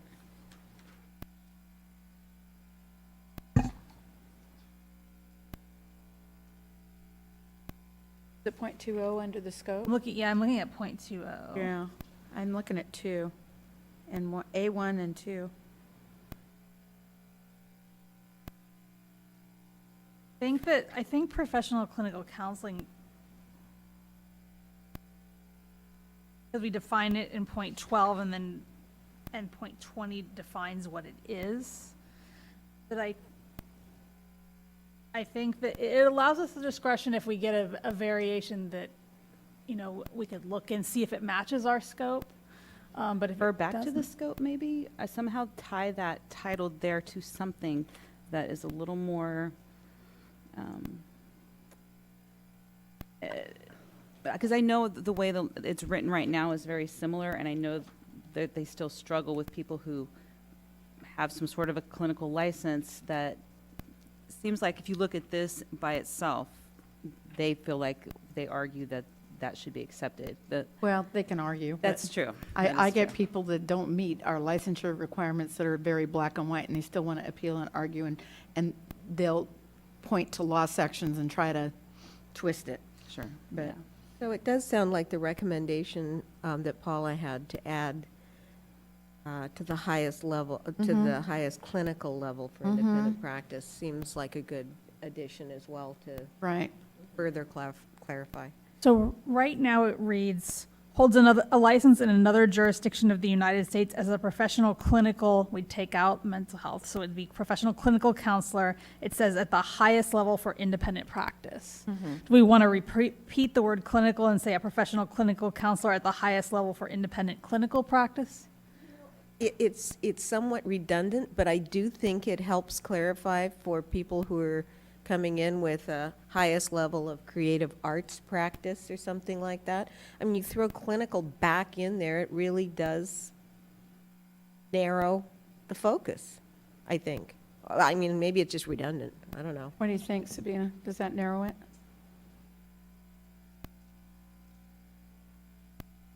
That 49.9. Oh, I think okay. point 22 addresses part of the title protection you were looking for, Yeah, okay, as well as point 13. okay.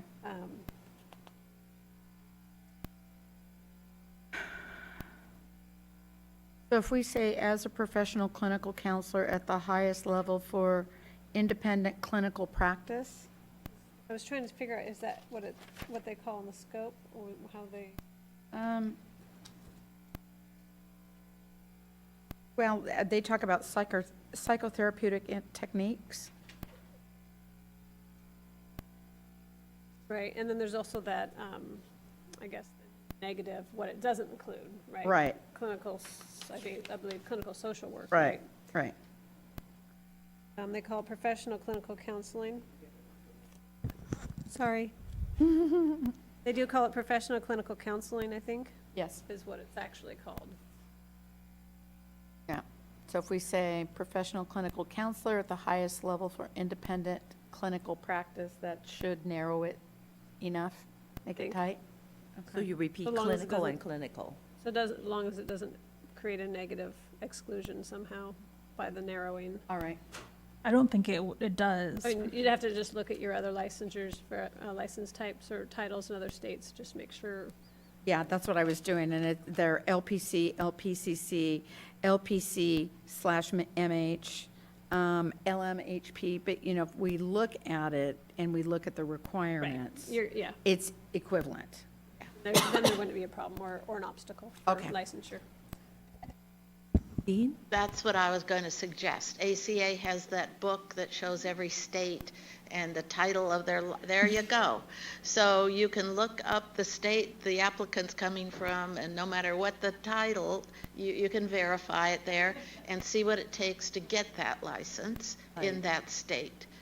So that seems, given the fact we've got 7 different titles for the same license across the country, I think using that book as a reference is probably the best way to go. And I just wanted to be sure that somebody who had mental health in their license title wasn't going to be denied because we are now taking it out of our language here. I don't think so, Dean. Yeah, I think we've worked around that enough. And I'm thinking that, really what the book that Kim, you have shown, with that extra 49 different variation of titles, really are your blueprint, whether they should be, licensed or not. And you're not going to have some other therapist come in and say, that my license is equivalent to that, because really that is what you have, to based on. So whatever the title, whether we add, or leave out mental health, that is still, where that, the golden guidance is. It is our guide, yeah. And, if it's equivalent, then go obtain that license from that state.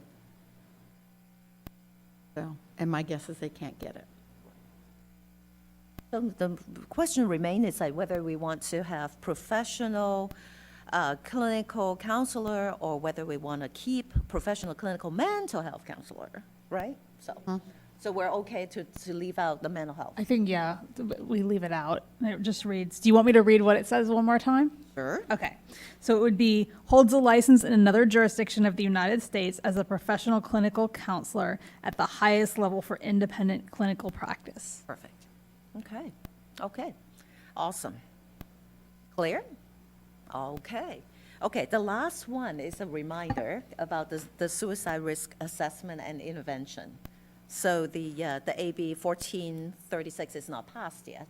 No. Right. I think if it passes, because that's law, I don't think we have a choice. I think we have to have it in there, and I'll get with legal once it passes to make sure that. Right. But the only thing that's a little weird is that has a delayed implementation. So in terms of this, I'll have to work that out a little bit with Sabina if it passes. But I think we would have to.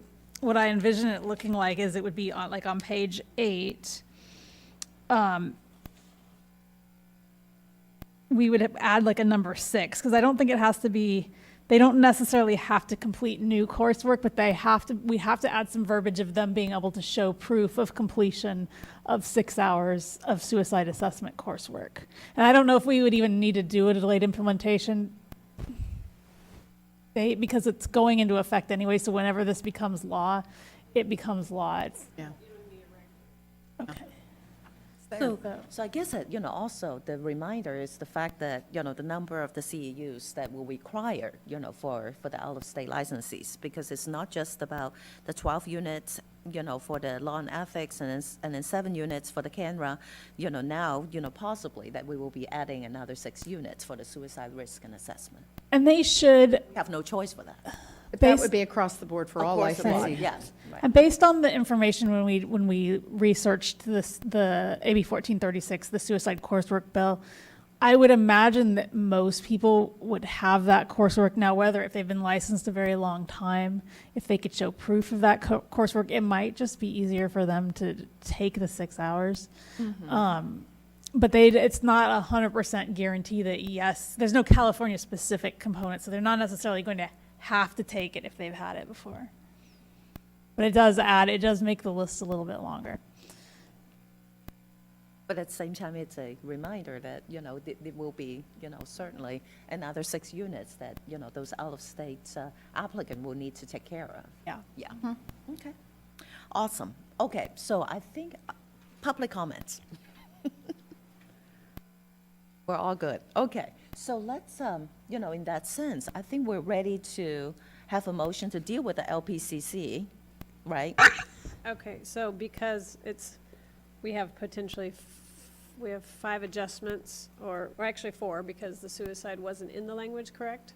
So I would suggest maybe Roseanne wants to kind of sum up each bullet, number 1 through 4, with the changes that they're recommending, and then we can have a motion for that. And would you like to see it again, or you want to recommend those to the board then, have the staff go back, make the adjustments, and then take it to the full board, or you want to see it again?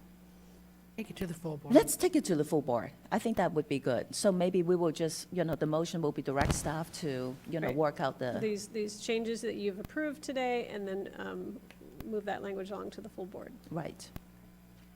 So maybe. We still need to have a motion. Correct, and then I think Roseanne probably kept track of all 4 of our changes here. Yeah, so number 1, we're not making any change. So it would be to delete the 6 hours of mental health recovery oriented care requirement, add in the child abuse content pursuant to BPC Section 28, make the discussed changes to the acceptable degree title for LPCC applicants coming in from out of state, and to add the suicide risk assessment and intervention coursework. I'll move that. I'll second.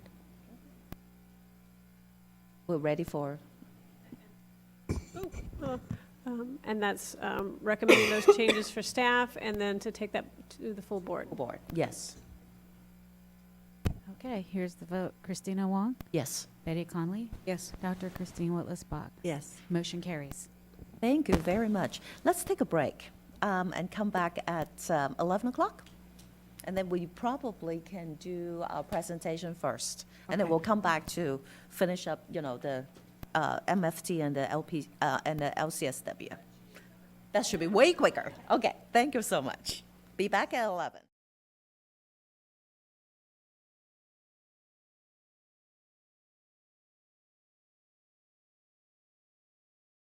Policy and Advocacy Committee.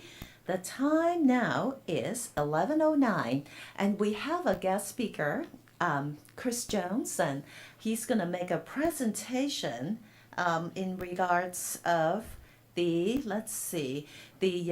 licensed educational psychologist supervising interns gaining hours in schools. So take it away.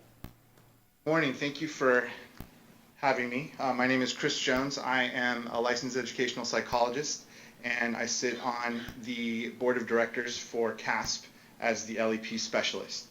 And we're here today to talk a little bit about hopefully gaining some support from the committee to move in a direction where LEPs can be supervisors of other BBS associates in both educational and clinical settings. So what we're hoping is that with this change to the supervision rules, that we would be able to increase the opportunities for BBS associates to have different experiences, gain hours for their license, and move in both educational and clinical settings. So there's a lot of BBS associates that are interested in working in school settings, but not all schools employ BBS licensees to be able to provide the supervision that they need in order to get the hours. By placing associates in school settings, there's been a disparity sometimes with regards to how supervision is delivered. The current supervisors, some of the current supervisors in school settings haven't necessarily worked in schools before, or they have limited experience in education when we're talking about the licensees that supervise associates. So in addition to supervising them from a clinical standpoint, they also have to supervise them in how to write special education goals and objectives, understand how the IEP process works, get a bigger, deeper understanding of special education. And that isn't necessarily everybody's area of expertise. So, working in school settings, when BBS associates work in school settings, they are performing all the tasks that LEPs perform. So the big question is, why are we not already allowed to supervise these interns? So our story begins in San Diego. We got a call from one of our cast members. He was directing he was tasked with directing educational services for students in a county office of, in the San Diego County Office of Education's Special Education Department, servicing students who were in juvenile detention facility, or what they call court school. So this director, who's an LEP, had BBS associates, or I think they were still called interns at that point, working for him. The issue came where one of the interns had contacted BBS saying, hey, can this LEP supervise us? Can they count our hours if we do that? And the intern heard yes, and so they moved on and started working in that facility. After the year was completed and the intern turned in their hours, the entire school year of hours were denied, because at this point, LEPs are not allowed to supervise interns. So they were delivering what's called educationally related mental health services. We'll talk a little bit about that in a minute. For those of you that don't have a big background in special education, everything has acronyms, so I'm going to try to spell all that out so that we can build the picture for you. Obviously, the interns were unhappy that those hours did not count. The LEP was confused as to why that was not allowed. He was providing supervision in the setting with the interns, working with them all year long as they were seeing students for their special education needs. So he called CASP, and the call got filtered down to me. And my response was, well, in the regulations, we're not really supposed to be doing that. That's not what part of our job is. So his question is, why not? If I've got interns working with me, providing mental health support to students in a school setting, why should I not be the person that provides that supervision? I said, that's a really good question. Let's see if this is a big enough issue that we need to move forward with this. So we conducted a survey of LEPs, and overwhelmingly 70% of the respondents to that survey said, yeah, we are interested in supervising interns. We think it would be beneficial to them to have our experience in a school setting. We're willing to take the supervision classes to do it, and we feel that we should be able to provide that sort of service to interns. It would give them a different sort of experience versus just working in a clinical setting. So here I am, trying to move this forward. Just to give you a little bit of background in history about where all this comes from. California is a unique state. As we heard earlier, we do things a little bit differently than the rest of the country does. For 27 years, AB 3632 was the bulletin that dictated how mental health services were provided to students in special education. There was a contract with the Department of Mental Health. They provided services in the clinical setting for kids that were in special ed. 2011, that all changed. The funding was removed. AB 114 was put into place, and school districts, which the technical term is local education agencies, or LEAs, all the funding went from Department of Mental Health to local school districts. And they were required to figure out how on earth we're going to deliver these mental health services. We've had this model for over 2 decades, and now we need to do it differently. So school districts are now required to create a model to provide services for students. The legal term for that is Educationally Related Mental Health Services, or ERMS. ERMS includes Designated Instruction and Services, DIS. It's part of special education. Another term that's used, it's not a legal term, but it's a term that differentiates some of the different DIS services, is referred to as Educationally Related Intensive Counseling.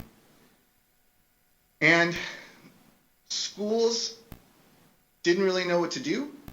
So what they started to do is, hey, why recreate the wheel? What we'll do is we'll use the model that has been used for the last 20 years. So they started to use the DMH model. Many districts started to use the DMH model to provide services to these students. As a result, a lot of school districts employ BBS licensees and associates to provide ERM services to students. But this is where we have the intersection of BBS and the Department of Education. Because Ed Code requires that anybody working in an ERMS program has to have a credential, not a license. They need to be credentialed by the California Teacher Credentialing System in the area of pupil personnel services. If you don't have a credential, you can still provide the services, but you have to be otherwise qualified, which is what how the licensees can come in and do the counseling services. In addition to that, if you want to run a program, you either have to have an administrative credential to run the program, which includes job supervision, but also evaluation of the employees that are providing the services. If you don't have that, you have to have at least what they call PPS, a Pupil Personnel Services credential, to be able to supervise any ERMS programs. Ed Code requires that you have to have the PPS to provide supervision, but there's different levels of supervision that occur within a school-based program. It's not just the clinical supervision, but it's also the job supervision. So that includes being able to supervise anyone providing these counseling services to students with how do you create classroom and modifications and accommodations? Do you understand all 13 categories of disabilities that qualify someone for special education? What sort of therapeutic techniques can you use with those students, understanding what their disability is, so that they can access their academic program?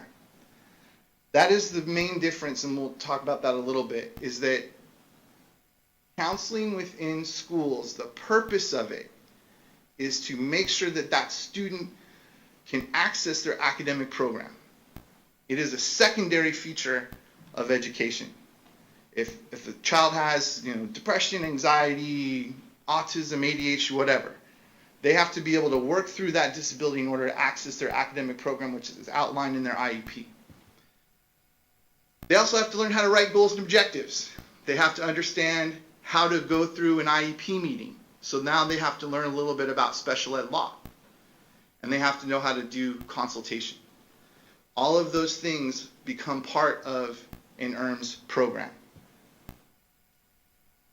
So LEPs can provide supervision in all of these areas because that's what we're trained to do. That is absolutely what our job is every single day. So this is not it looked much better when I did this on my computer. So I wanted to show you kind of a couple of different typical models of what happens in a school district for an ERMS program. The director at the top might very well be the director of special education, not have any direct service or workings with kids. But they have a supervisor of the program. We always create hierarchies in education. So the supervisor needs to have a PPS credential so that they can evaluate people. Typically what they've been doing is having a BBS licensee might be on top of that, or they might just have a school psychologist or an LEP could be in that supervisor position. But in order to utilize BBS associates within this framework, they have to have other BBS licensees so that they can receive those clinical hour supervision. But not every person on this board needs to have a PPS credential. The only person that needs to have one is either the ERMS supervisor who is providing job supervision. So that supervisor has the PPS credential. All the other ones that come in and provide the actual service don't have to have the credential because they're being supervised by somebody with a credential. So now we have people that if they're not coming in with the PPS credential, they don't know what special education is, they don't understand laws, they don't understand goals and objectives, they don't understand accommodations, and they may not understand all of the different disabilities and how they impact kids in the classroom. But now they're being tasked with doing this. So if the person who has the credential also got the credential to have the job, they may not also have a lot of the experience necessary to be able to really effectively supervise these programs. The LEP is over there because he can provide the service, but we can't supervise anyone, so we're off by ourselves. Another model without any BBS licensees involved, because the law only requires people to have credentials. The supervisor could be a school psychologist, could be a school social worker, anyone with a PPS credential. There's 4 categories: school psychologists, school social workers, school counselors, and then welfare and attendants, but they wouldn't really fit in this anyway. So there could be LEPs, school psychologists, who have credentials running this program with just interns from graduate programs or newly licensed or newly credentialed people right out of school could be doing this job also. There's different ways that this program can be administered. So when we talk about ERMS and ERICs, how are these things delivered? Again, the most important thing to understand is that this type of service, this type of mental health intervention, the purpose of it is to make sure that kids can access their academic programs. What schools use is what is called a multi-tiered system of support. This is a newer term. It goes back to what used to be called response to intervention. Districts like to create pyramids. I made one for you so you can see what it might look like. An MTSS model, really what it is, we're going to give, and this is part of what special ed law says. One of the biggest deals in special education law is called least restrictive environment. So special education can be intrusive. We're pulling kids out of general education classes, putting them into special classes, taking them away from their typical peers because of this issue that they have. So special education as a whole is responsible for trying to least impact a student.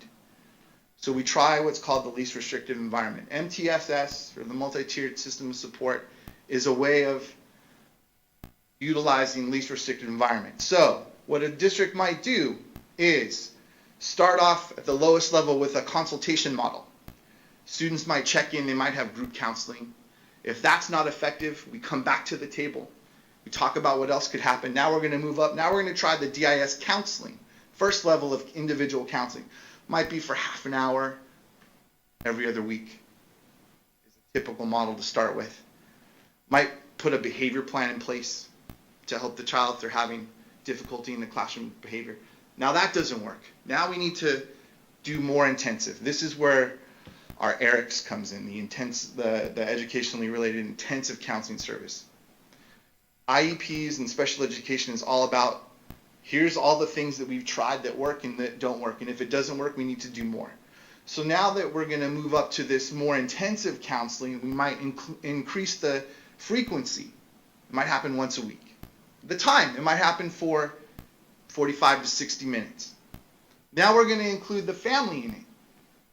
We're going to use wraparound. We're going to talk with other service providers. All of these things are ratcheting up the services in case things don't work.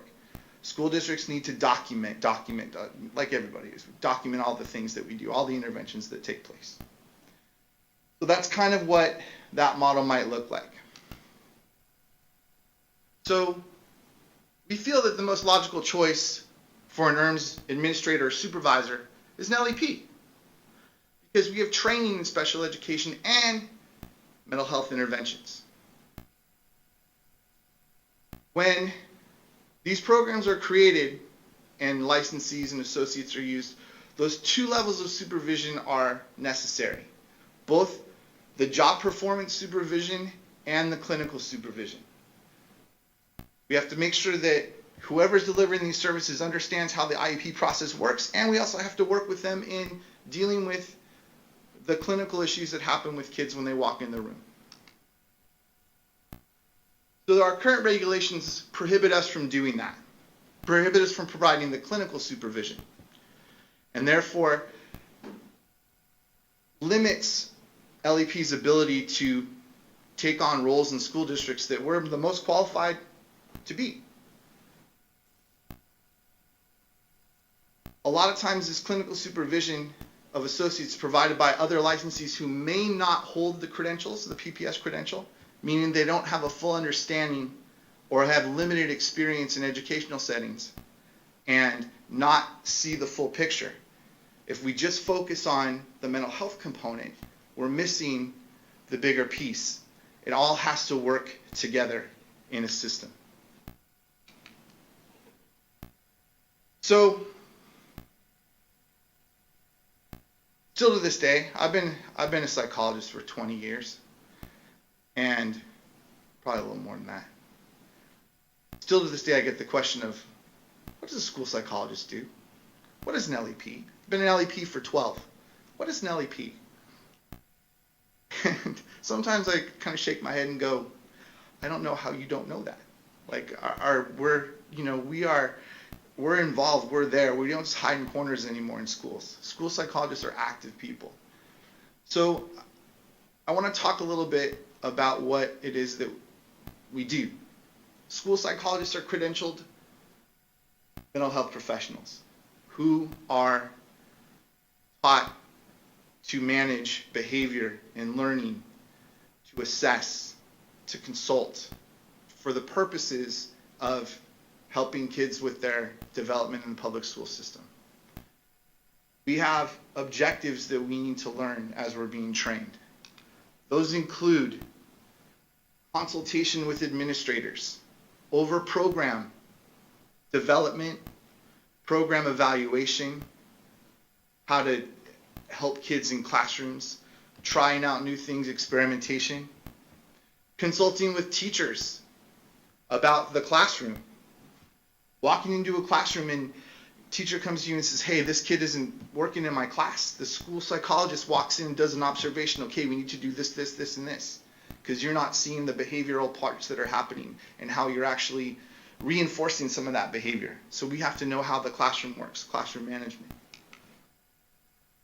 We have to be able to consult with parents and other caregivers to assist in the understanding and the learning and adjustment process of kids. Help the parents understand what the disability is, how it impacts them both at school and at home. consult with community agencies, probation departments, mental health clinics, foster care, any sort of community where the child might have exposure. Because the school is the center of a kid's community. Excuse me. And then consultation and supervision of pupil personnel service workers. Part of our training is learning how to be a manager, how to handle other PPS people in programs. Then there's the assessment, all that testing that we're so fond of. How do we look at different disabilities?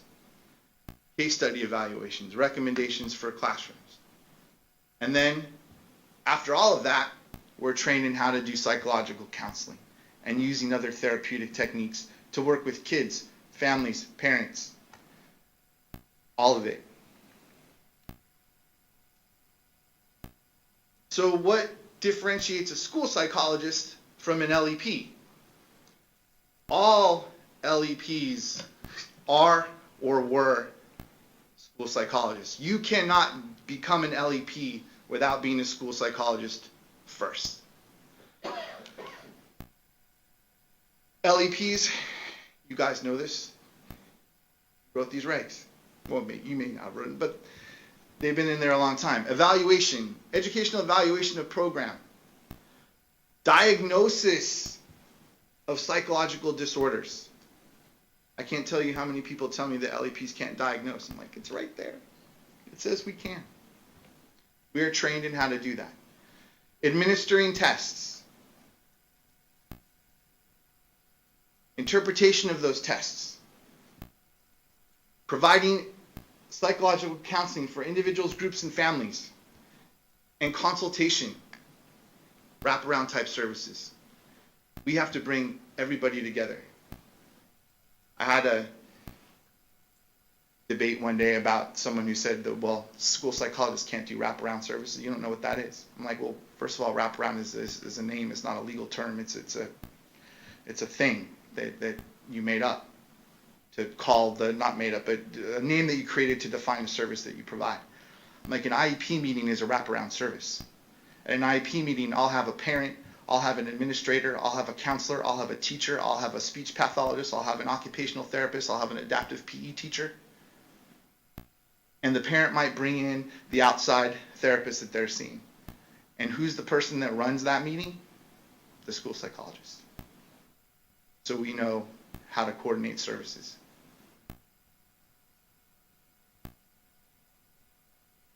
Developing treatment programs, strategies, coordination of intervention strategies, management for individual crises. Our training is pretty extensive, and our skills are honed for this environment. The other question I get a lot is, what does it take to become a school psychologist? What's our training look like? That's always been a concern, is are we trained effectively to do mental health intervention? Well, the training for any school psychologist and future LEP is set forth by the California Teacher Credentialing Commission and NASP, the National Association of School Psychologists. It's a minimum of 3 years of graduate work after your bachelor's degree. Within that first 2 years, you're doing anywhere, depending on the program, between 450 and 600 hours of pre-practicum work in a school setting. Then on top of that, the internship year, 1,200 hours of internship. That's considered full-time. 600 of those have to be in a school. 600 of them could be in a clinical setting. At the end of those 3 years, you get a minimum, a master's degree, and a specialist degree. In California, it's called an educational specialist. I did my training back east. They call it a Certificate of Advanced Graduate Study. It's defined as everything but the dissertation. It's some 30 or 40 hours after your master's degree. Not only, or a PhD, there's many there's many PhD programs also within the school psychology realm in California. After you get all that, you also get your credential. So now you have your degrees and your credential, and you're good to go.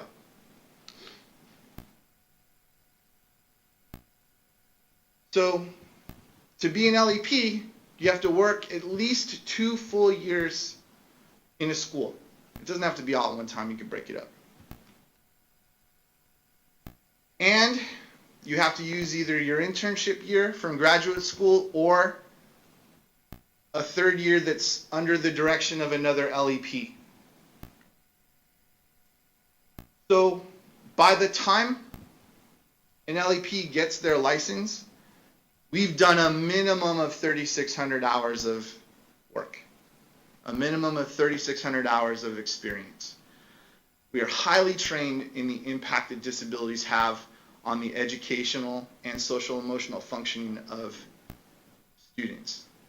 We are highly trained in the understanding about how these accommodations, how we can accommodate a student both at school, at home, and in the community. The reality is that most LEPs don't work their 3 years and get their license. It's not a thought in their head. They're brand new professionals. They're motivated to change the world. They're gonna sit in their schools and get up on their soapbox and make it a better place. And then motivations change, and then a lot of people decide to get their license. For example, I worked for 10 years before I got my license. So our experience and expertise with regards to mental health and knowledge of special education, process and procedure, make us really ideal professionals to provide both job supervision and clinical supervision to associates, both in clinical settings and educational settings, anywhere that ERMS is really delivered. ERMS is the intersection of education and mental health. It is the domain of the LEP. We are experts in those disabilities and how they impact learning and socialization. This is where we thrive. This is where we do our best work. Put us in a crisis. Put us in the middle of a school where things are absolutely crazy. The first person people run to is the school psychologist or the LEP.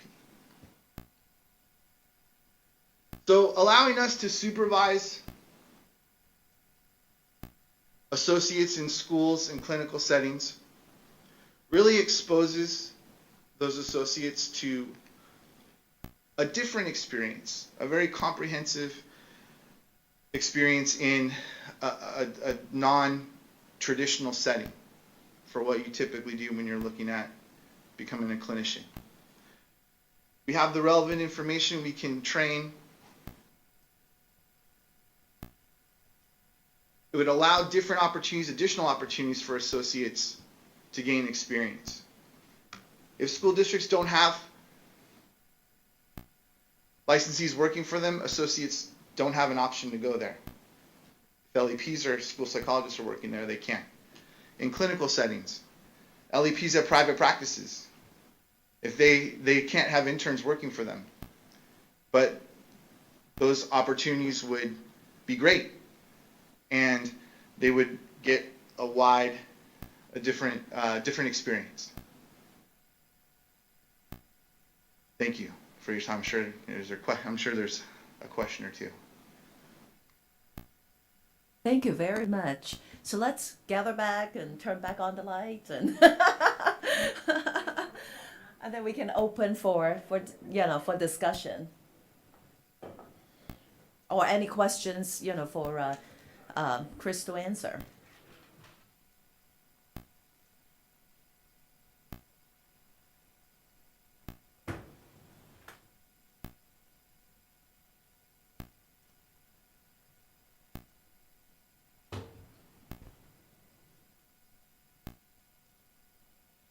Yeah, go ahead, Betty. I don't have a question, but I have a comment. Absolutely. I'm a school administrator. I'm an LEP. I was a school psychologist for many, many years.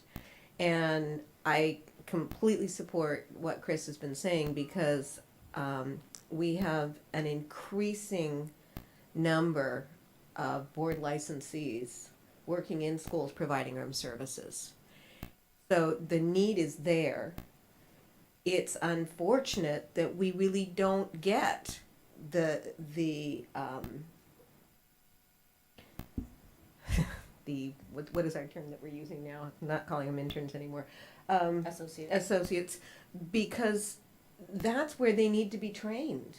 That's absolutely the skill set. If they're going to work in schools, that's the experience base that they need. We really struggle with the interface of practitioners who come in with an incredible background in clinical intervention that doesn't fit the ERMS model.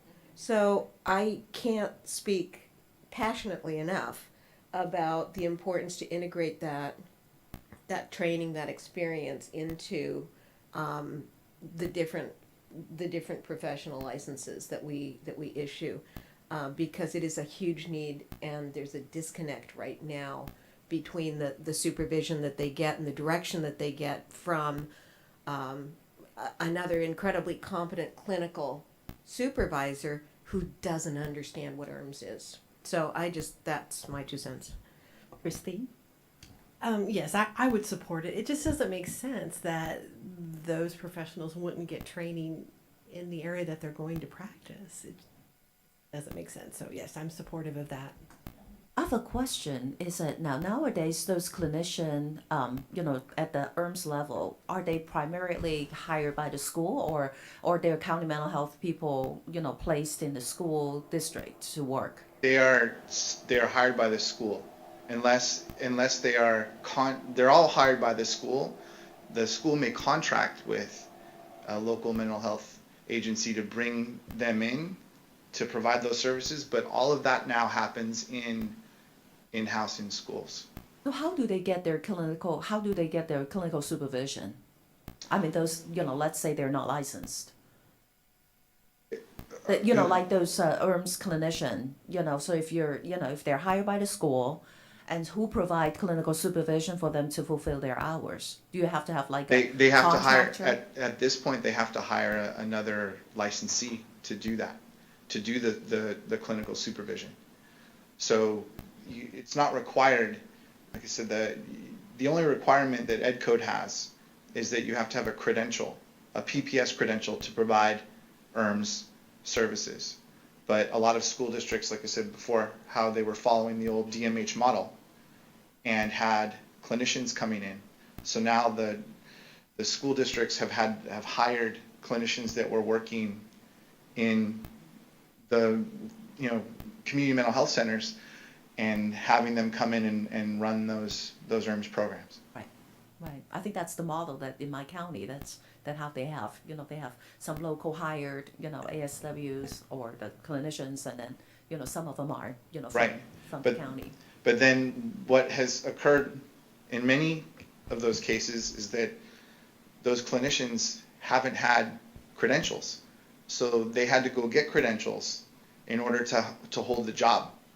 I know in one local school district, the supervisor of the program started in 2012 but did not get his credential until 2015. Because they said, we need to have a credential. So now we have a person who clinically was well qualified to do the job, but then didn't have that educational component there. And another comment to what you were saying about contracting. A lot of districts opt to contract with an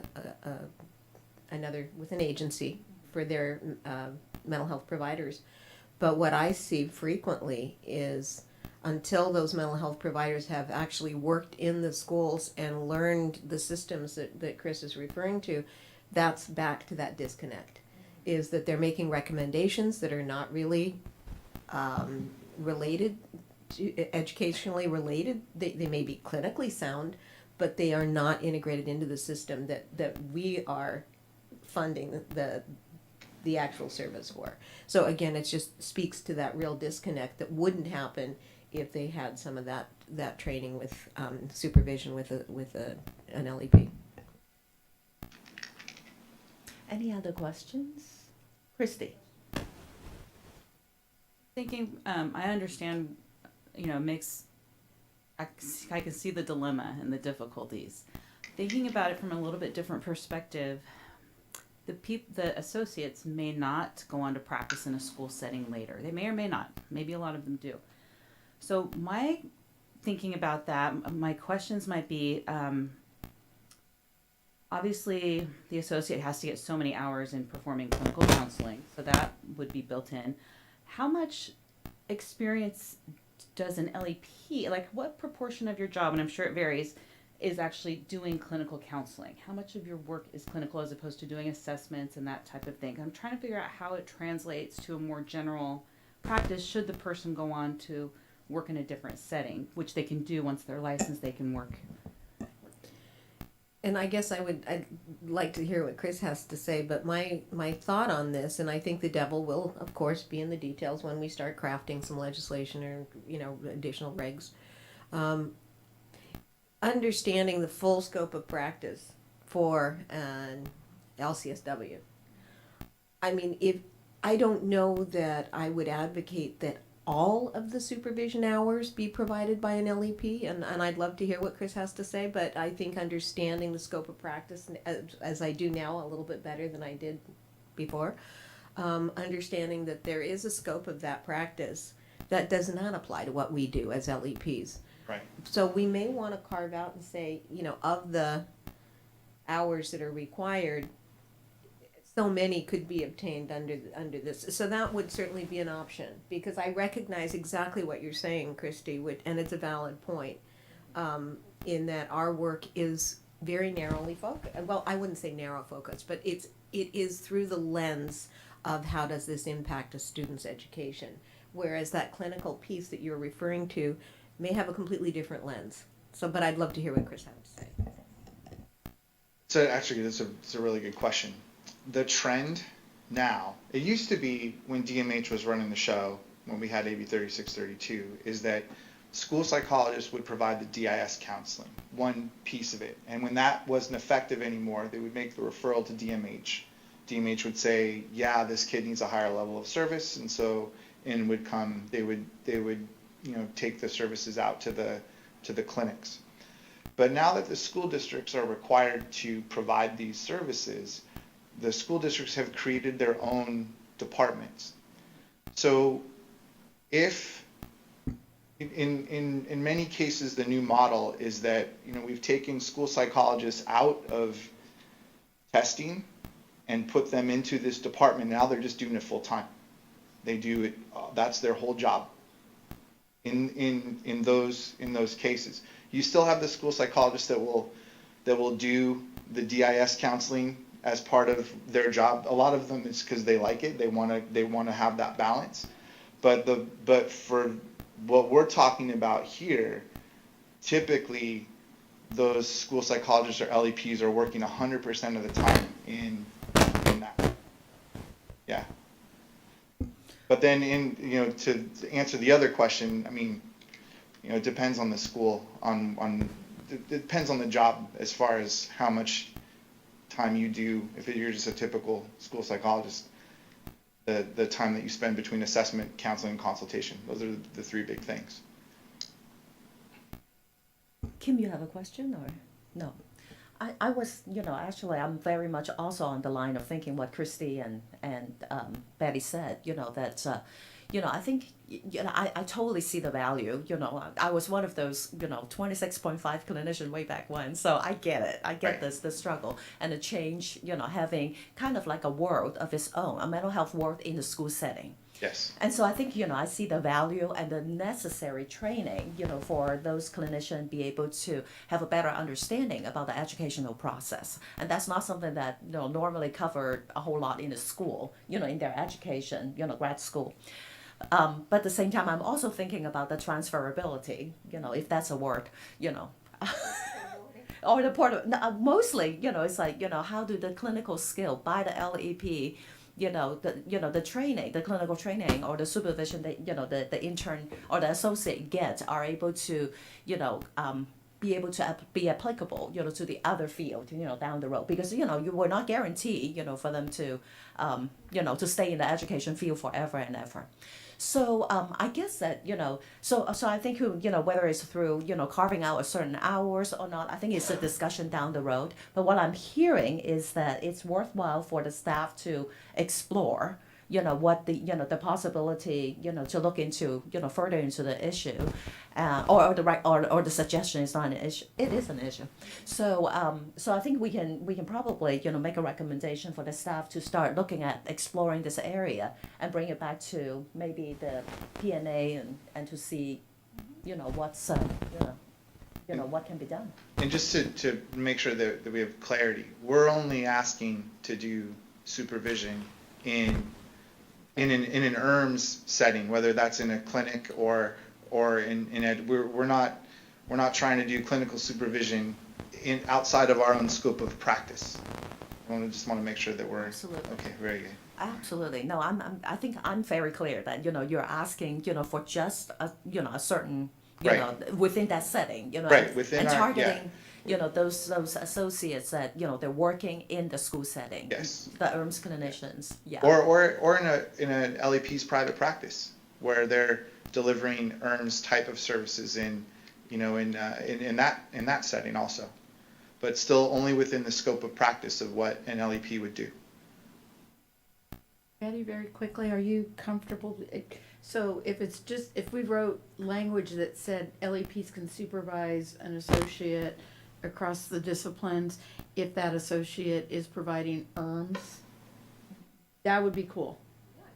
That would be good. That's what we really need. Okay. Because then that would be the carve out. Absolutely. That would be the carve out. Okay. Well, then of course, there's a lot of details, how do you verify and the proportion of number of hours and that kind of stuff. But that's down the road. So I think, it's a general direction, it feels to me the board support, moving forward, to explore the possibility for the LEP to provide supervision hours or provide clinical supervision. I think that's because the landscape has like, changed. The landscape has changed post 3632. I mean, it's a different environment, and we have not changed our practices to reflect that changing landscape. You put in the older generation before 26.5, so there you go. So, I think I just had a motion. So Christine, you have a question or? So just a comment, just to be clear, the board doesn't support it yet, just the committee is going to recommend. It's just a committee recommendation. So we'll see what the Thank board you. says. Yeah. It's the language. So the committee's making a what's recommendation, to, forward. I'd be happy to make the motion. No. Oh, okay. Okay. No motion needed. No motion We needed. heard the direction. So I think So, yeah. if I understood it, you want the staff to work to develop a proposal, and do, along with some research and bring it back to the next P&A? Okay, that sounds good. I think that would be great. Awesome. Thank you so much. Very much. I appreciate your time. You're very welcome. So I would like to finish up, Ben, sorry, go ahead. My apologies, just one quick addition, is if it's possible. I'm sorry. In that research for bringing it back, one of the things that we would be curious about, and we'll try to do some research on our end as well, is would there be any impact on licensure portability for somebody who's had hours supervised by an LEP versus other license types? That's very true.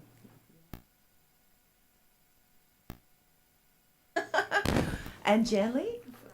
Yep. Janley Wong, NASW. I want to thank the presenter. That was a very good presentation.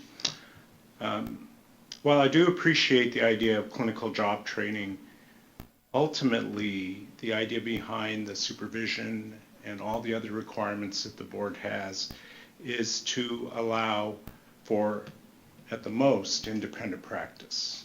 with agency practice being a subset of independent.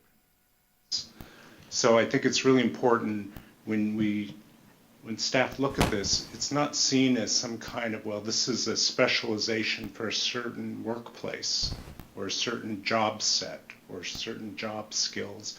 We really have to be consistent with the idea that the licenses by this board are really to help protect the consumer by training and licensing and regulating people that, again, practice within their scope of practice, which I think is an excellent point that you brought up, and could do independent practice. So this is really important. It's not some kind of vocational or occupational training program. So if staff could keep that in mind, because that's what we expect all of our licensees after they get their hours and after they practice and after they get their exams and pass their exams, that they're at some point, if they want to, if they choose, they're able to practice fully within their scope of practice and perhaps do independent practice. Thanks, Janley. That's such a, more elaborated way to, or eloquent way, to expand, my point. So thank you very much. And Dean? Yes, I would support what Jan Lee just said in that our licensees are going to be licensed to do the full spectrum of counseling. And if they've only been supervised in one particular setting, in one particular type of program, that really wouldn't send them out with their license fully prepared. So we may really want to look at limiting the number of hours in a particular setting, which I think you've already talked about. Thank you very much. So any other public comments? Yeah. Hi, Ben. Ben Caldwell, ANFT. It's a really interesting discussion. I'm looking forward to kind of seeing where it goes. I'm sensitive to the comments of my colleagues about, wanting to make sure that supervisees get a broad scope of experience on their way toward licensure. But it also happens with supervisees of all the other license types that if somebody simply works in one job on their way to licensure, then they have a limited range of work experience. So I'm not sure that putting a cap on the hours under a particular type of licensee is the ideal solution. I would underscore there, I'm not sure. So it'll be an interesting discussion to pursue. Thank you. And Kim? I'm very curious. Chris, what would you think the number of hours that an associate would gain working in that setting if we were to approve the run the legislation, allow LEPs to supervise those associates performing their ERMS? Well, service? I can go off of what I know from different school models. Typically, an intern will work for like one school year. Okay. And then move on to something different. It's rare that they would do two, but if they did 2 school years, then what would happen is that they would have different settings, like it might be adolescence versus high school versus elementary school.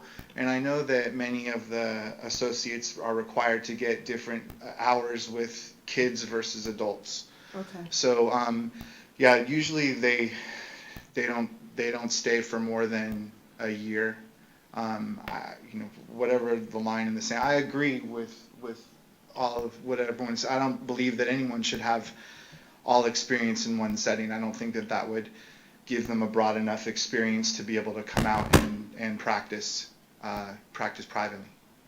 All right. Thank you. Just in terms of logistics of this,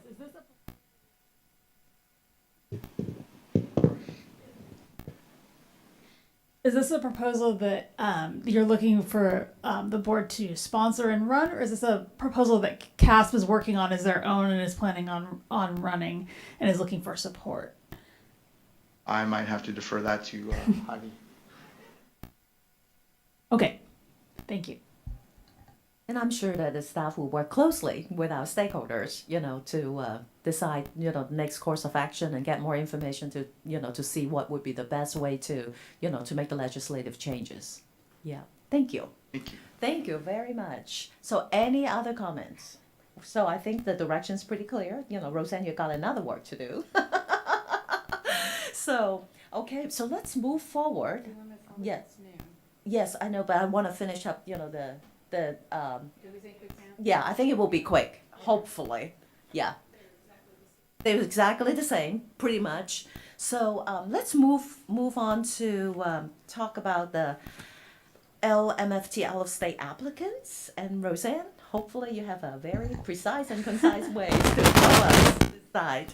And I think after the discussion of LPCC, no, the LMFT and the LCSW will take a lunch break. Okay, so the next set of language is the LMFT statute proposed for license portability. Pretty much the same model as the other one that we just discussed, so a lot of the questions are the same. A couple of differences of the LMFT, because the LMFT law didn't have it, and just for easier reference, we added definitions of accredited and approved schools to the general definitions, and it should be noted that for LMFT that also includes COAMT accredited institutions. The main question for discussion for the MFT is kind of along a similar line as for the LPCC, but in the opposite direction. The requirement, the current MFT statute allows an out-of-state applicant to apply as an out-of-state licensee if they hold a valid license in good standing by a Board of Marriage Counselor Examiners, Board of Marriage Family Therapists, or corresponding authority, and meets certain requirements. Under this new proposal, just for the people that are coming in licensed 2 years or more, so everybody else would have another pathway, but for this particular proposal, it requires instead that the individual be licensed as a marriage and family therapist at the highest level of independent clinical practice. So that is a stricter standard than currently. There's still the other pathway for everybody else to get in. But previously, the individual did not have to be licensed specifically as a marriage and family therapist in the other states. Board members, questions? So I'm thinking about, you know, this is a very, I would love to hear, I'm glad you're up here, Ben, because I know, California, has the most of the MFTs, and yet, at the other states, the structure, how the MFT license is being delivered, or, how it's structured is different. So, any feedback? I'm fine with the language as you have it here, Roseanne, around this. The title around the country is remarkably similar. I don't think we have the same kind of variety in titles that I know that our counselor friends are dealing with. It's marriage and family therapist in every state. There are a couple of states that have as their highest level something like licensed clinical marriage and family therapist, but it's marriage and family therapist is always in the title. So to include that language the way that you've done it, I think works fine. And there is it's maybe a little bit in the weeds, and I'd have to go back and look at the language here, but just as a technical point, COAMT accredits programs and not universities.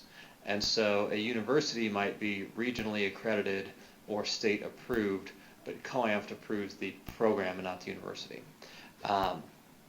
And then you're mentioning about kind of different structure around the country. We're actually seeing a lot of movement toward consistency. There was one state, I think it was New Jersey, that when they initially did their MFT licensing law, you had to do like 7,000 hours of experience, and that's 3,000 now. So everybody is right in that neighborhood of 3,000 hours, 2 years of supervised experience, so it's generally pretty consistent. Thank you. So it sounds like, the little more, tighten up that title, it's fine. Good. Any other comments? Okay.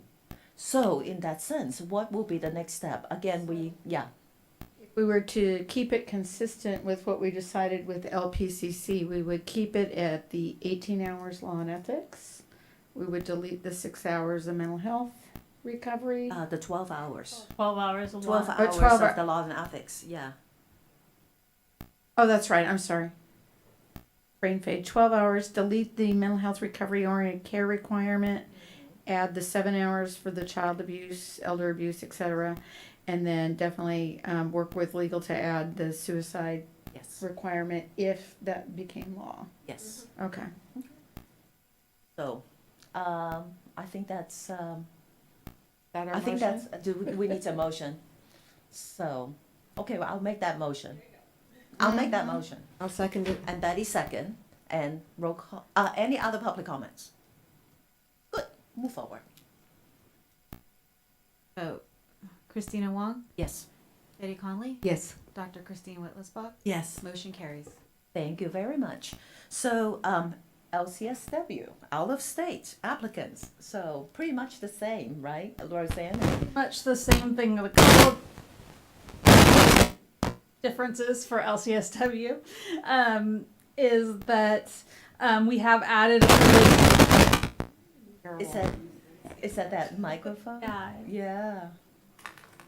It's a little touchy-feely. Okay, so the differences with LCSW,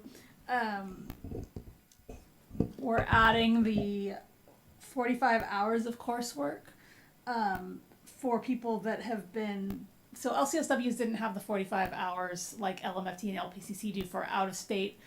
We're obviously not going to add it now for the 6 hours for the people that are licensed 2 years or more coming in under the portability option, but we have added it as well as the 15 hours in California cultures to LCSW for all the other out-of-state applicants for consistency. One issue that comes into play for the LCSWs is the aging and long-term care and elder independent adult abuse neglect. That's specified in 4996.25, 10 contact hours. However, it doesn't state specifically whether or not the requirement applies to out-of-state applicants, and therefore we've added an amendment for the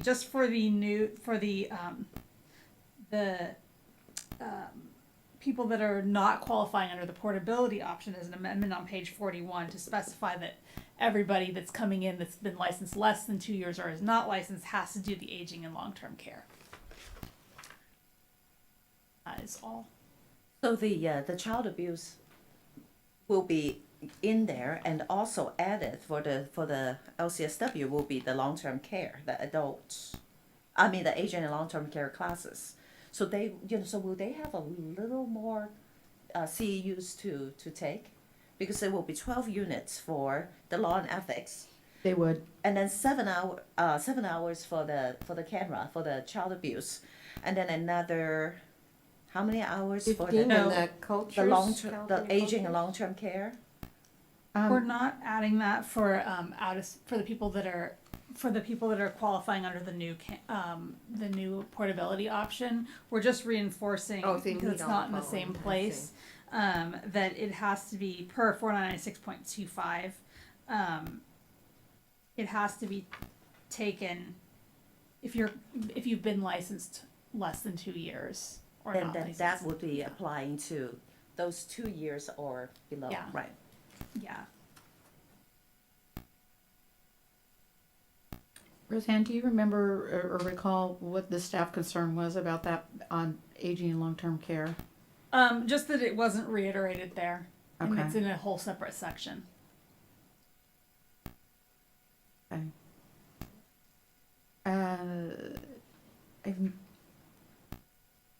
Yeah, there's no objections to it. Okay. Well, my one concern.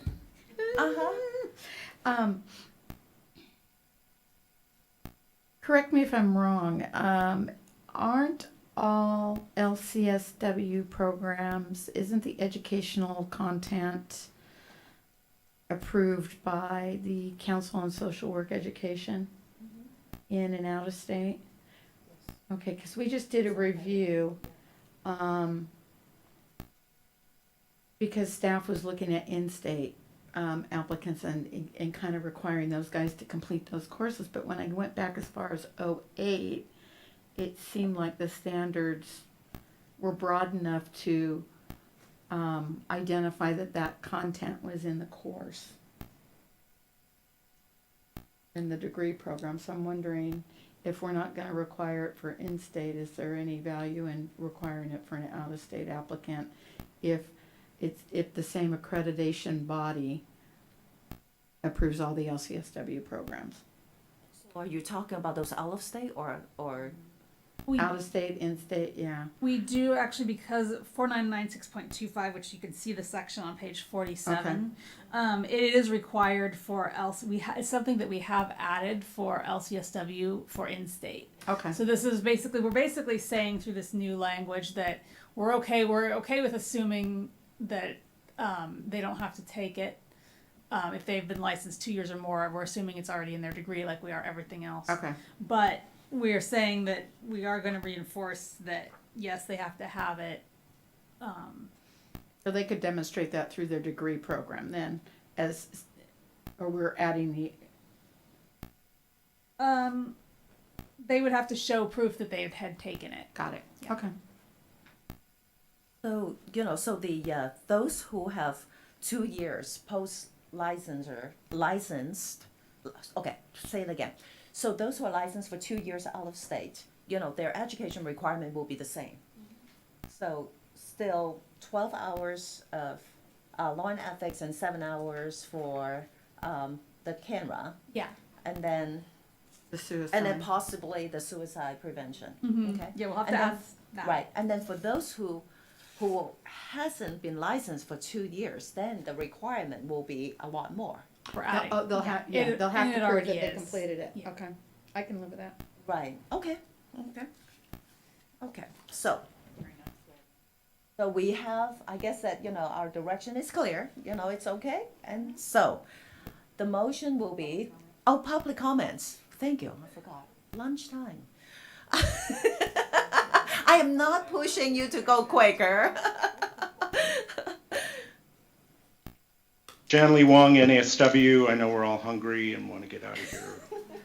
So I have a major concern about the 45 hours.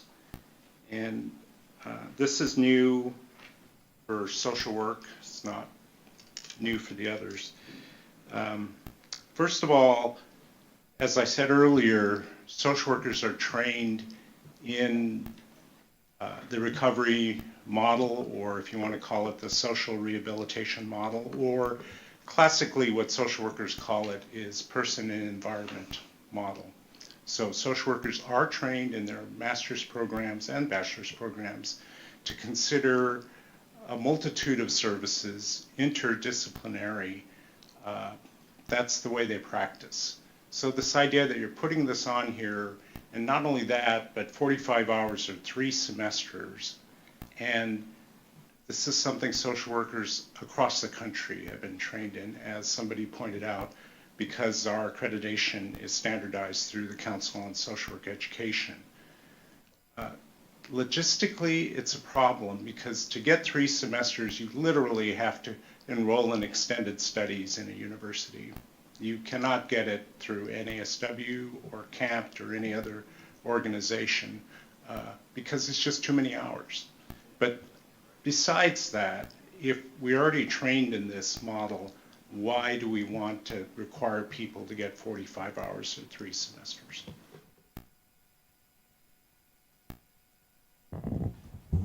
So hi David. Hello.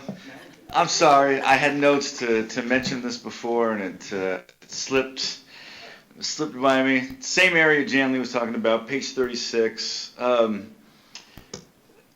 Provision allowing out-of-state licensee to count time actively licensed in good standing toward the 3,000 requirement at a rate of 100 hours per month up to 1,200 hours maximum. Is that like automatically given? Is there some verification? Because about consumer protection, theoretically, you could have a part-time position, maybe somebody working, not a lot of hours, and they're automatically going to get 100 hours credit there. I'm wondering if maybe we would want to build in some verification, mechanism, which wouldn't be hard. I mean, they could always get a letter from their, employer sort of documenting the, the hours. But it just seems a big chunk to gift to somebody in terms of experience. Well, that's current law now, what we're doing. We're giving them, they show verification of licensure and we count up the months and that's how many, up to 1,200, that's how much they get. Yeah. So, I mean, that's existing law. So it's not a change. So do we verify it? I think we just, we give them credit that they're licensed, and we just do it by the month. I don't think we get employment verification, because that would be pretty onerous. So it's just an automatic, It's automatic, yeah. okay, thanks. Yeah. That was one of Kathy's questions. So. Yeah. All righty, thank you. Betty? So just kind of going to Jan Lee's point, and I'm trying to see if, so what we're saying, just point of clarification, what we're saying is if somebody, like the other licenses, if they haven't been practicing for 2 years in another state, then they're subject to additional requirements, including the 45 hours of coursework, right? Is it 45 hours? Yeah. And then to Jan Lee's point, they're already getting that. That's what I was going to say is, I know we are trying to align, but it may be that this is something that we carve out only in that the LCSWs are somewhat unique in that the licensing across the states is substantially more consistent. And there's a national standard. There is. And so it may be at the risk of not aligning, that we do carve out, because I mean, we don't want to be, again, that portability issue and putting up barricades that are artificial barricades. And it seems like valid point. If the coursework is standardized across the states, and why are we asking that they do another 45 hours? That was my question as well. Right. I kind of. Hi, Dean. I think the intent is to show how California has implemented the recovery-oriented care, introducing the MHSA and how the beginnings of that and how it plays out. CalPIC has developed a 45-hour course that will be offered online, so people can get it that way. I'm not saying it has to be 45 hours, but there probably is rationale for having a course on how California has moved ahead. Some of the other courses are simply talking about recovery-oriented care as it pertains to addictions recovery, and that's not the point. And yet they are offering the 45-hour course here in California. So we have gone to the trouble of developing a course that is about how California is unique in regards to recovery-oriented care. It sounds like the discussion go back to the full circle about, about why, that's recommendation of the 6 hours of the continuing education for, for the licensees to understand the California unique delivery model. So, it could be 6 hours for both, if you wanted to just take the uniqueness of what California has done. Right. Regarding recovery-oriented care, because those in other states are probably already doing recovery-oriented care as it pertains to addictions, and that's why we're so frustrated to see what's being offered now online by approved providers. It's only about what the whole country already knows. Right, but it's about California specifically. They're satisfying the requirement. Right. Roseanne?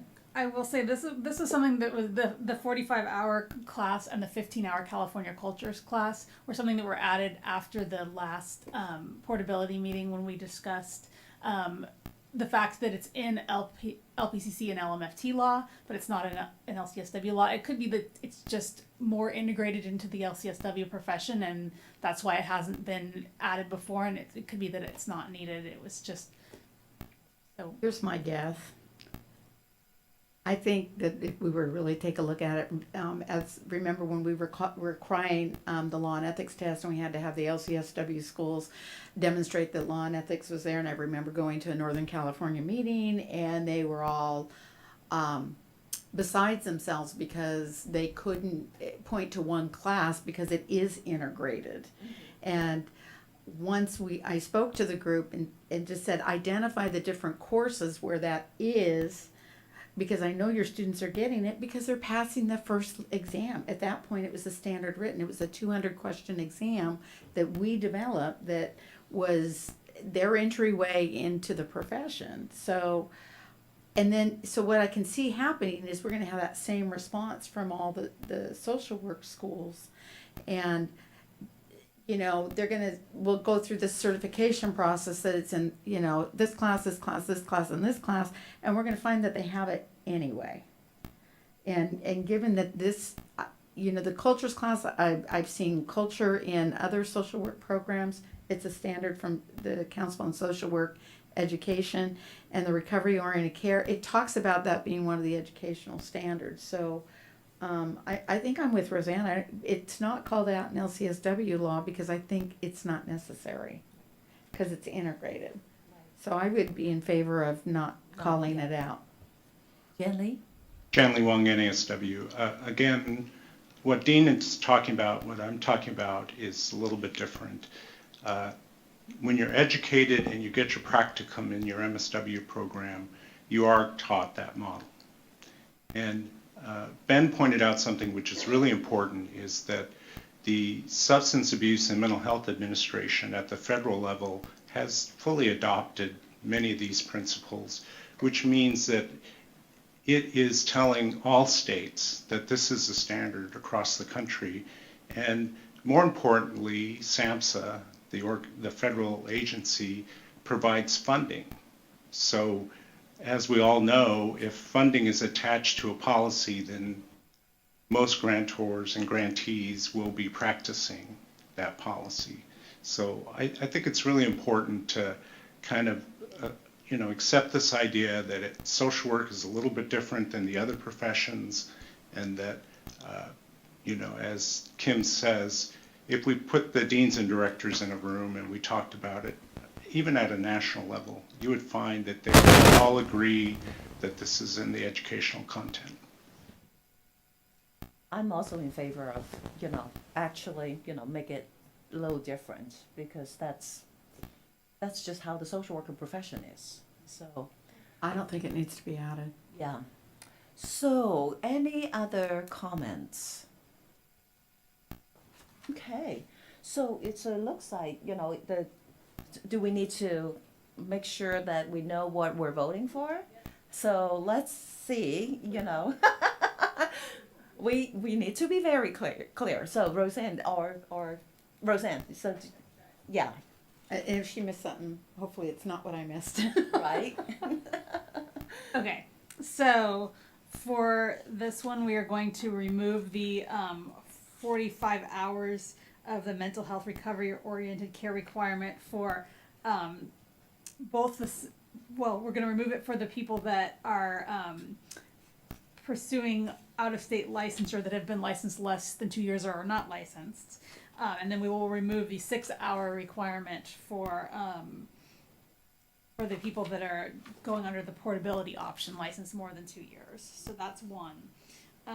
We will specify the aging and long-term care requirement as specified. Law and ethics course stays at 12 hours. We add the same statement about the same requirement about child abuse and suicide risk assessment and intervention. You're very clear. All right, so I guess we need a motion. I'll make a motion for what Roseanne just said. Christina and Christine. Okay, so roll call. No. Christina Wong? Yes. Betty Conley? Yes. Dr. Christine Whitlisbach? Yes. Motion carries. Much. And then just for Yes. clarification, you want both language proposals for the LMFT and the LCSW to move forward to the next board meeting? Yes. Okay. Yes. Okay, so the time now is 12:25. So shall we get back here about 1:30? And then we can finish it up and get the meeting done. Thank you so much. Have a wonderful lunch. See you at 1:30.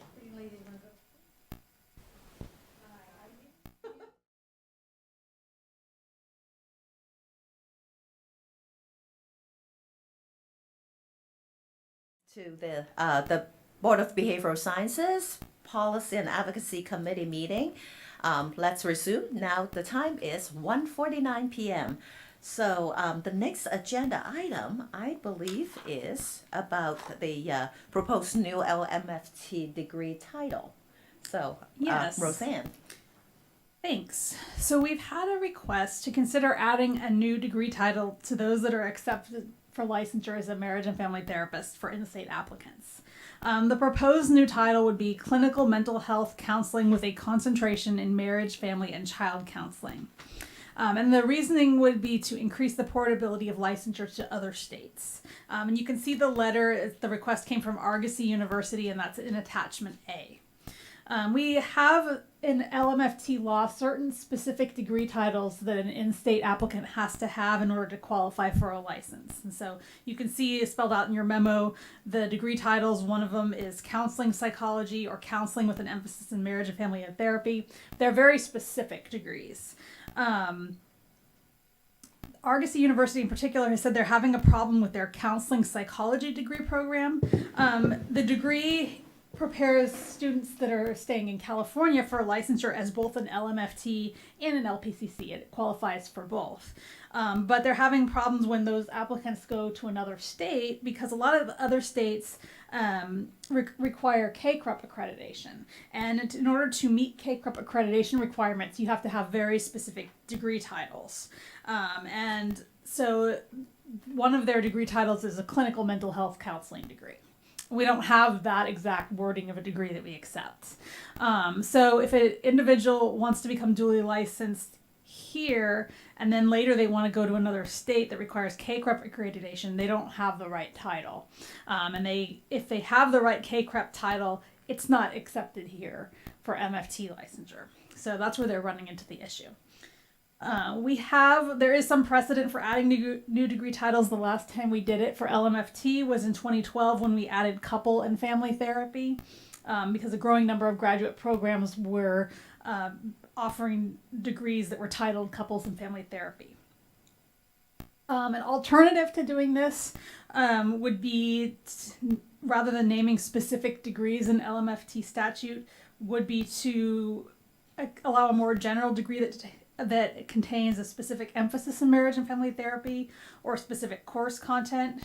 So for example, for LPCC, the degree has to be counseling or psychotherapy in content and has to have specific coursework and core content areas. However, with the LPCC degree, we have the issue of that sometimes it's too broad, and sometimes some of the degrees we get are not necessarily intended to lead to licensure as a clinical counselor. So that kind of has an opposite problem. I did look at the two other states with the most the biggest LMFT populations after California, and those are Florida and Texas.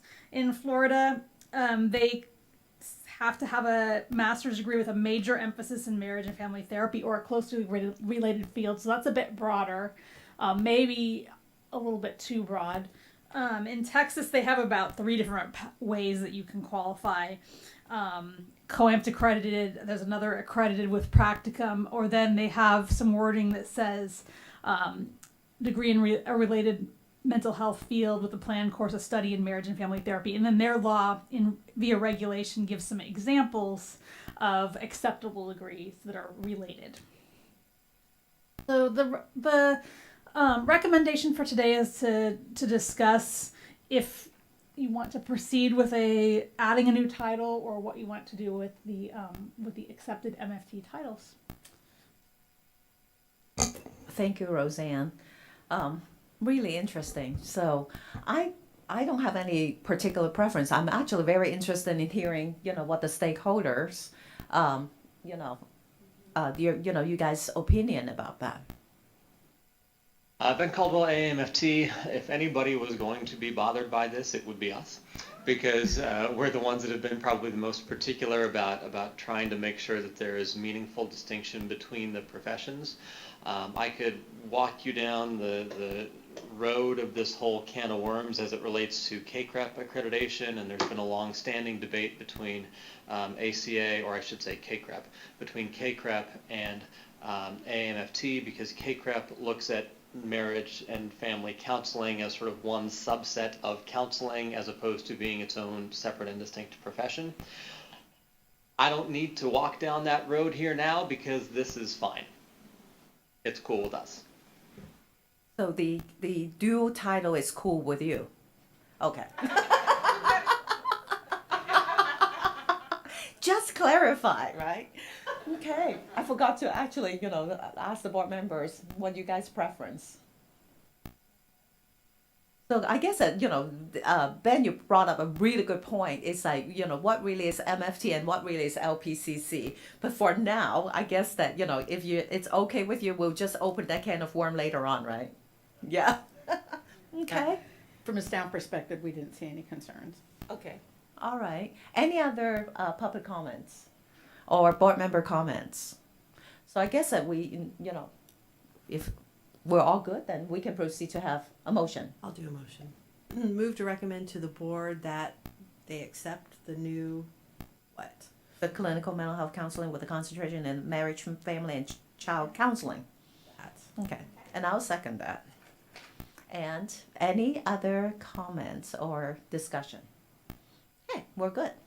Christina. Jan Lee. Oh, Jan Lee, were you there? Oh, sorry. Thank you.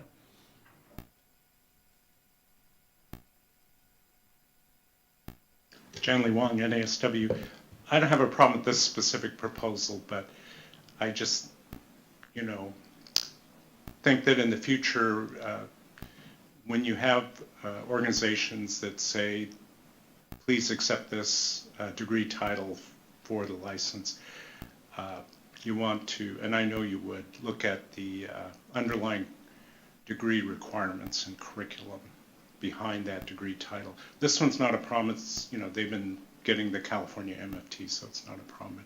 Just risky to just start thinking, well, let's just change titles and add this title without looking at doing the research on the background. I think he said it well when he said that we would. We would definitely look at Oh, yeah, this. no, Right. yeah, there's not, yeah, we wouldn't do it just because it sounds good. I think, when you really look deeper into, the issue, it's bigger than just approving the title. So I think, stakeholders are aware of it, we're aware of it. And so we'll just kind of move forward one step at a time. And we'll just open that, that issue, at a different timing. So, good feedback. Thank you very much. I guess that we're ready for roll call. Thanks. Christina Wong, Yes. Betty Conley, Yes. Dr. Christine Whitlisbach, Yes. motion carries. Thank you very much. So the next agenda item is about the LPCC supervision regulations. And then it's kind of like a set of three. The LPCC, the LMFT, and the LCSWs. But we'll start with the LPCC first. Yeah, so it's going to be really similar to what we just went through with out of state. It's very almost identical across, so we can talk about all of them at once. I'm gonna, since it's been a long time since we've looked at the supervision regs, I'm gonna go over some stuff, so bear with me. As we know, the supervision committee met for a couple of years, and they proposed some pretty extensive changes, and then which resulted in AB 93, as well as a regulation package. And the full board approved these regulations back in November 2016, so it's been some time.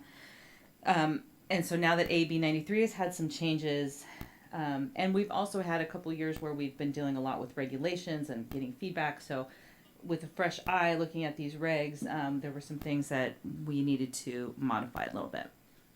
So I'm not really going to go over AB 93. I know you guys are very familiar with that, but I do want to go over what the originally proposed regs were and how they're going to change, or that the proposal to change them. So the regulations are talking about the required documentation pertaining to supervised experience. It's going to require a supervision agreement to be drawn up between the supervisor and supervisee. So that's going to replace the supervisor responsibility statement that currently exists and the supervisory plan. It's going to require supervisors to notify the board that they are supervising and to also perform a self-assessment of their qualifications to supervise. We don't have anything like that right now, so that way we would have a handle on who's out there supervising.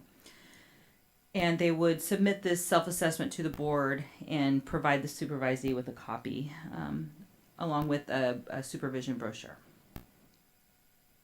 It would modify and strengthen the written agreement that's required between between the supervisor and the supervisee's employer when the supervisor is not employed by the same employer.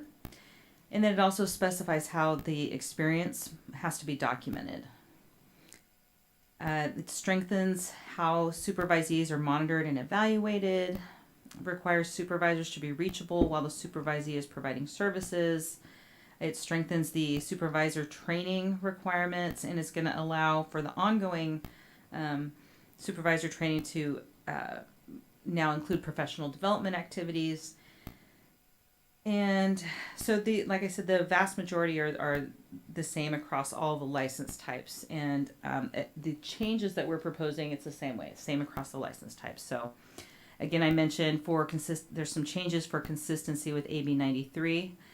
We moved all the implementation dates forward 1 year because at the time, AB 93, we didn't know it was going to be a 2-year bill. So we had to make those adjustments. There's some very minor technical changes.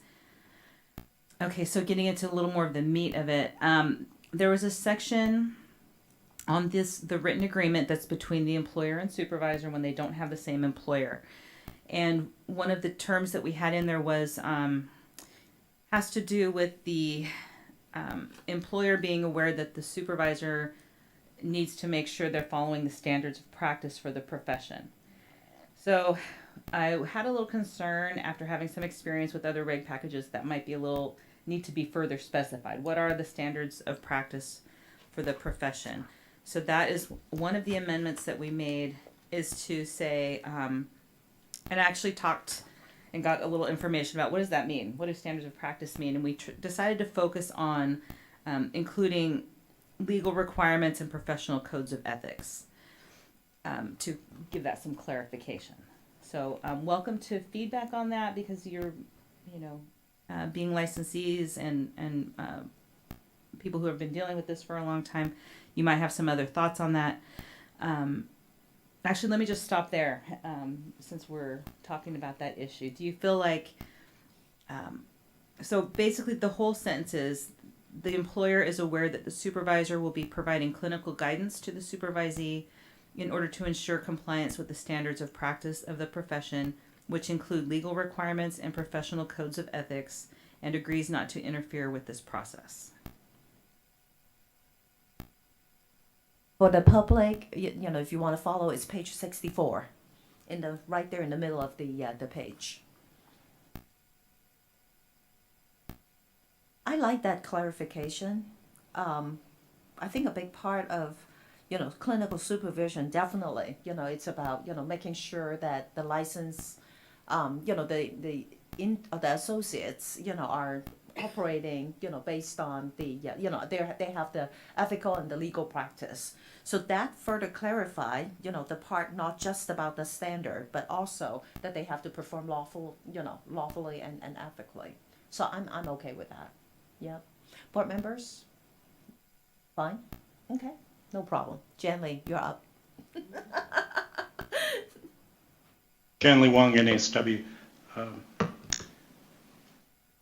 My sense is that when a supervisor is supervising a supervisee, hopefully their input is more than just guidance. So, basically, if the supervisor has some control over the case, which is what is desired, then it's really clinical direction rather than clinical guidance. Guidance makes it sound like, take it or leave it. Direction is a little more authoritative. I think that's important because sometimes, particularly in agency settings, the agency administration might disagree with the clinical direction of the course. And as professionals, we want our professional clinical expertise to weigh in over any political considerations that an agency might have.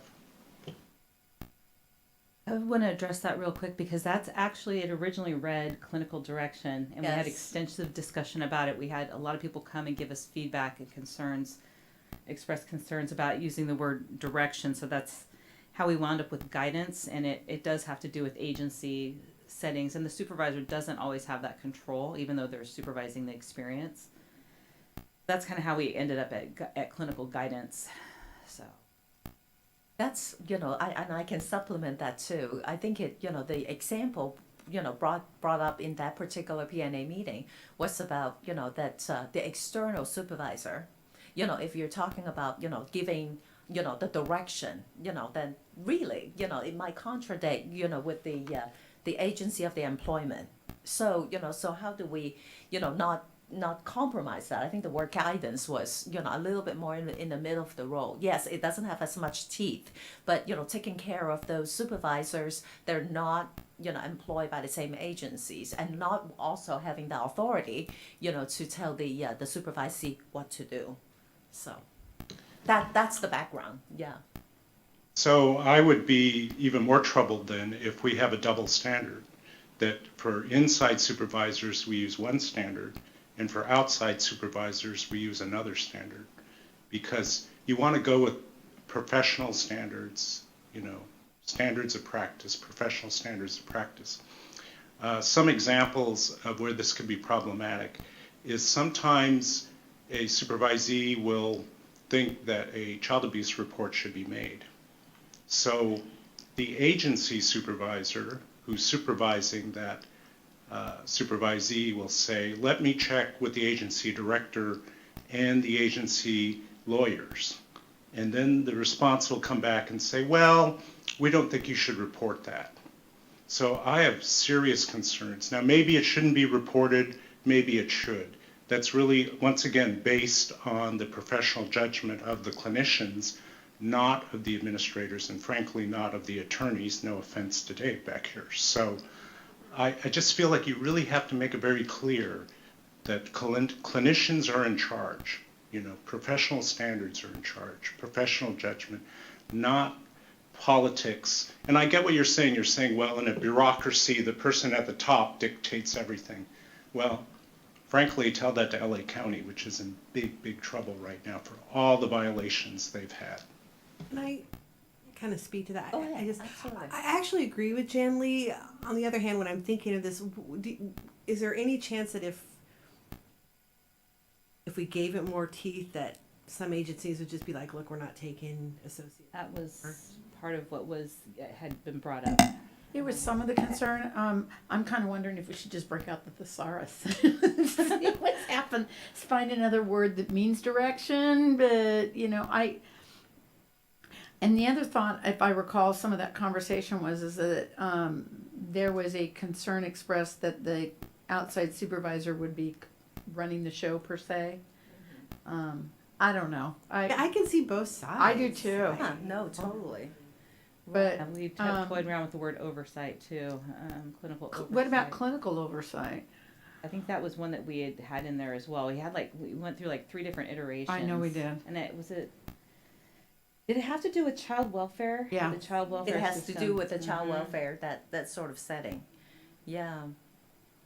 Well, let's take a step back here. You're supervising someone. You're the licensed person. You met all the qualifications. You have years of experience, and you're supervising a new associate, perhaps who doesn't have that much experience. So, yeah, the new associate could say, well, the way I see this case, we should really do this instead of that. But you're the supervisor. In the full sense of the word, you are supervising this new associate. And you say, well, based on my experience and my clinical judgment, I think you should handle it this way. This is the way you should do it. So the hope is that the supervisee agrees. Even if they don't agree, the idea that somebody who's in a superior supervisory level with more experience, already licensed for many years, has the better judgment and prevails in a situation like that. And this is actually pretty critical to the protection of the consumer and the general well-being of the client, because we do have some associates who don't have that good of a judgment when it comes to cases. So we want somebody who's supervising them to have the authority to say this is how you should handle the case. Now, I get it for the agency bureaucratic power structure. It's like you don't want an outsider to tell the agency what to do. But we're really talking about a case here. And we're talking about an associate working with a client or a family or with children. We're not saying, oh, well, this outside supervisor will control the agency. Not the case, not the case. And when these cases are brought up to the agency, they do rely on clinical judgment in these cases. But sometimes they have overriding factors that are not related to clinical judgment. And then sometimes they think, well, that's more important than clinical judgment. And that's why I feel like the supervisor needs to have some control and authority over a case. So I think, what generally, according to, what you said, is to making sure that, whatever the, how the interaction between the supervisor and the supervisee, the most important thing is that, the practice eventually, is legal and lawful. And I think that, when after you added those language, which include legal requirements and professional code of ethics, I think that's actually, clarified what will be those guidance look like. They have to be based on not just about the standard of practice, but legal and lawful.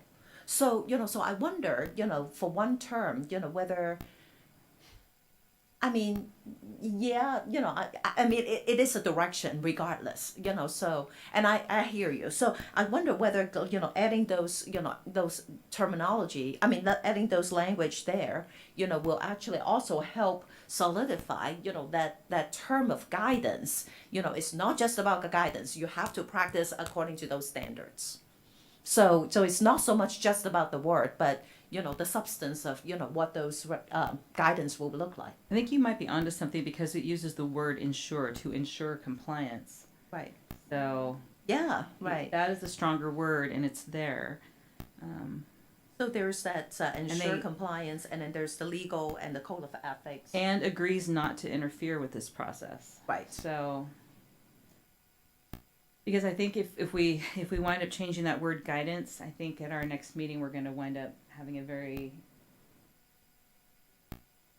again, it was a very spirited debate, that time and for that word already. Oh. Yeah. So my inclination is that, because we are adding, the language, to clarify that, so my suggestion is that maybe we can revisit it down the road and just keep it under the radar, if there's a lot of issues, upcoming about those, supervisor not adding, up to par.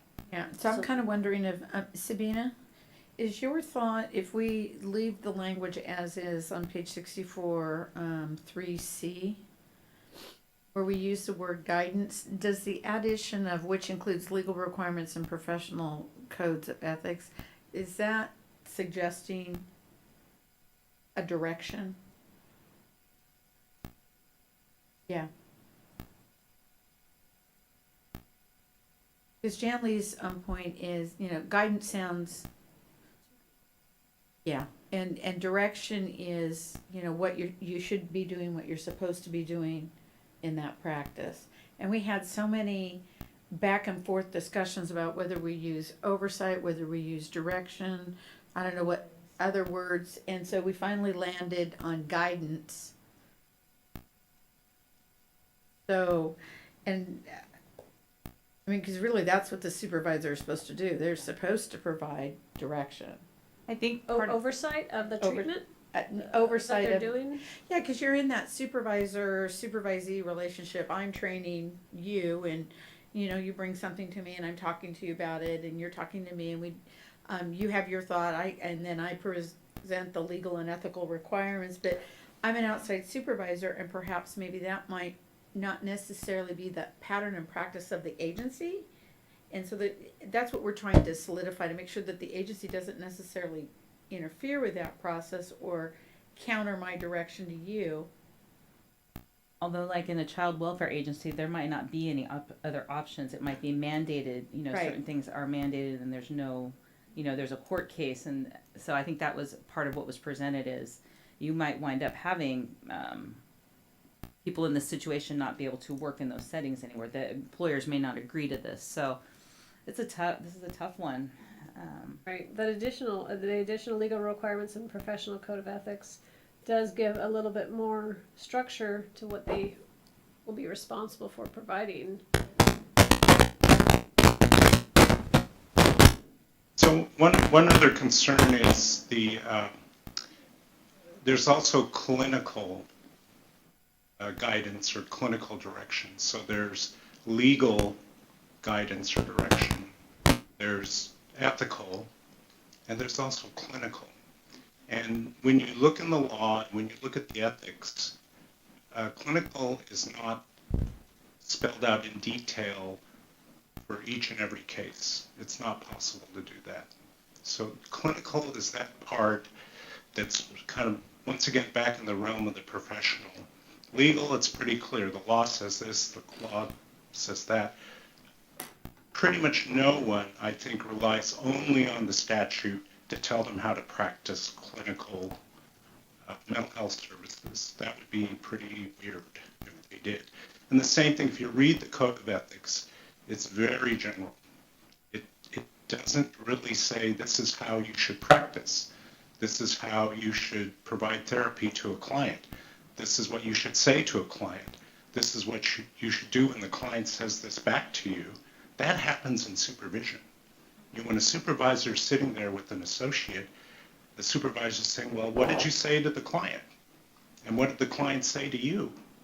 It's not covered in legal or ethical. Yeah, what I ran into with looking at standards of practice, there, like you said, there's not some, one standard of practice that you can refer to. So this was the best we could, talk with our enforcement unit, like how do you, we rely on subject matter experts and ethical codes and, Our experience is we get regular calls from social workers who think that their agency is asking them to do something that's not good for the client, that's unethical, and occasionally illegal. They ask us all the time, and they're told by their agency and by their agency director and managers that if you don't do this, you're going to be charged with insubordination. And once again, who is the independent, professional, clinical person to hold the line on something like that? It's our licensees and our associates. Now, somebody might say, well, we don't want them to lose their job. We don't want consumers to be harmed either.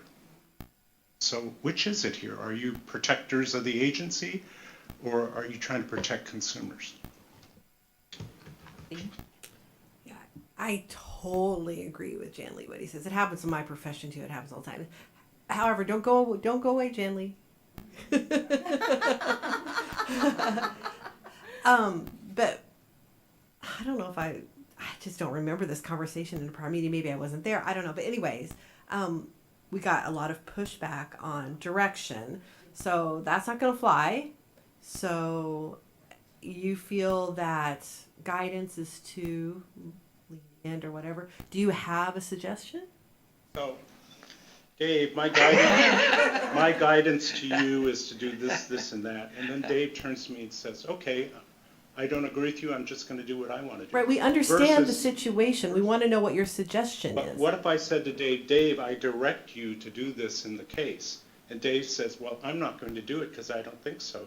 Then I say, well, are you refusing a directive from me on this case? Right, so I'm going to go back to my question again. Like, direction is not going to work.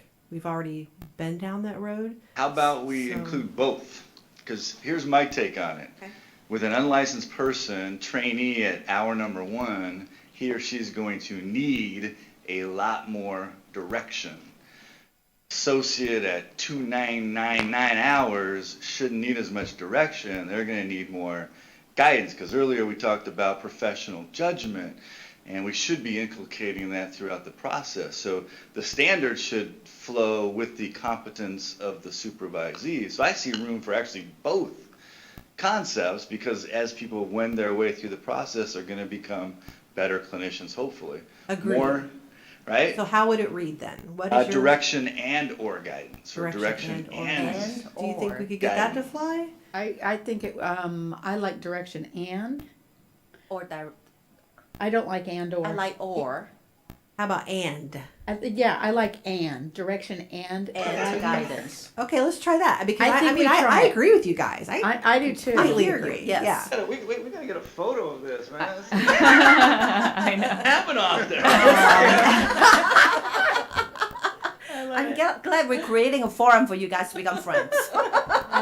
Historical moment. So the new suggestion here on the table is direction or guidance. And the guidance. So Repeat, it's direction and the guidance. I like the concept. I still think it's not gonna. Let's try it. We can try it and see what, Jerry Shapiro is who came and Yes. gave the long, he was very passionate about the issue. He did explain it really well, and I think maybe there is some other thing we could add to this paragraph. I don't know exactly what it would be yet. That's maybe acknowledges that in some settings, it's not the supervisor does not have full control because there are mandated. Right. Court might mandate something that the supervisor doesn't feel is appropriate, but you know what I mean? I think that's the conflict he was. Yes. And I think he's focusing really on. explained very, very eloquently, He did. why it was, so important not to use the word, direction. So I think we had a very thorough discussion about that. And, and Kim was right that, it was a big pushback. So we can give it a try to see, to include both language, especially now it's and. And that's why my suggestion is or, so that, you can kind of adopt either, one of those standard, instead of, because once you said and, then it's not just about the guidance. You have to also, agree with the direction. Well, that's the point, I think. That's the point. Oh, Yeah. Right. That's what we're saying. We don't want to water it down by saying or. Right. Okay. Dean? I think that's just fine, and I just want to say I'm so glad to have this new section because we haven't had that much guidance on, the outside supervisor, and it's caused a lot of misunderstandings, a lot of our time trying to figure it out. So I'm just glad we have it at all. Right. Thank you. And or direction. And, and we are, right now, we're making a recommendation to the full board. So, so if Dr. Shapiro want to come back here and really, talk about that, I think he definitely has the next opportunity to present That's the case, to, And in to the help us make meantime, a if decision. you gentlemen want to try to come up with some other wording. Now that you're best friends. That would be great. Can meet for lunch, whatever. That's right. So, okay, so are we having some sort of consensus that we will use direction and guidance for this one? Okay. And then we accept the language also, the Roseanne, addition? I just want to throw something at you that Roseanne has suggested that maybe saying that the supervisee will be subject to the clinical guidance and direction as opposed to providing. Subject to clinical guidance, direction and guidance? But maybe, I don't know, maybe you meant if we weren't changing it. I meant if we weren't changing Okay, it, but okay. subject to is a little bit more heavy-handed than providing, I think. Subject to, that means the supervisor has more control over it. But it's just a thought. Well, the supervisor should have control. I mean, That's kind of my thought too, is that, we are the licensing board, and the supervisors, it's not really an optional thing that you have to listen to your supervisor. They're your supervisor. you're the license. Right. So I kind of like that, personally. I don't have any problem with that. I think, it's a matter of just how heavy-handed language that you want to use. And, either way, they will be doing the clinical supervision. And so I don't think there's, they're not going to do clinical supervision one day and the other day, do some medical consultation, It's almost like, it's a, you will get the Thai food hot, You're not gonna get a sweet and sour the next day, so. Anyway, since we just came back from food, so.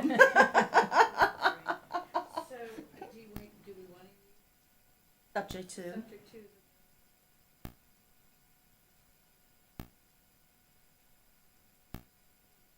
Will be subject to clinical direction and guidance by the supervisor, is how it would read. Oh, so it will be, yeah, so the language will change. We'd have to Yeah, switch we'd it have to around a little invert it. bit. Yeah. I mean, yeah. Yeah. It flows.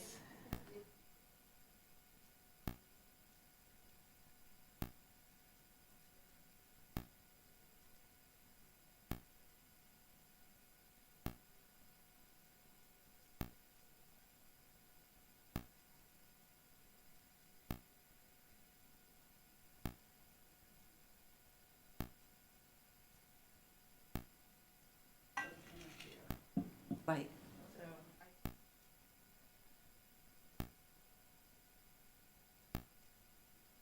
Okay.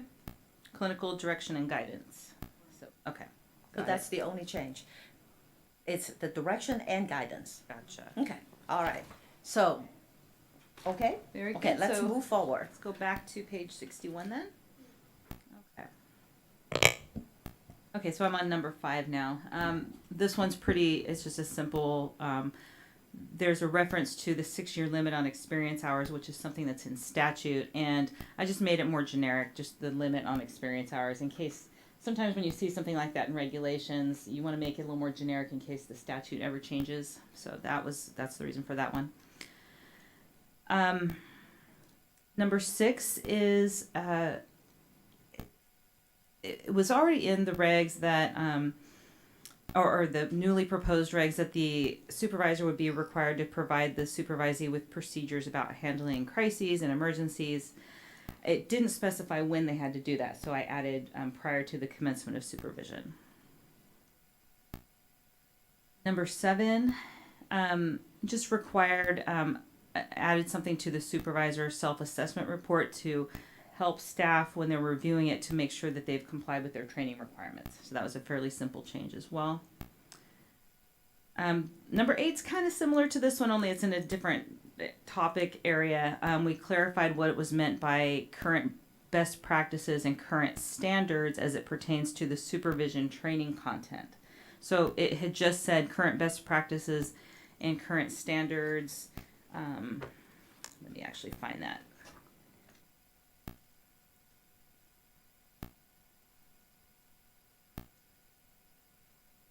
So that's page 71.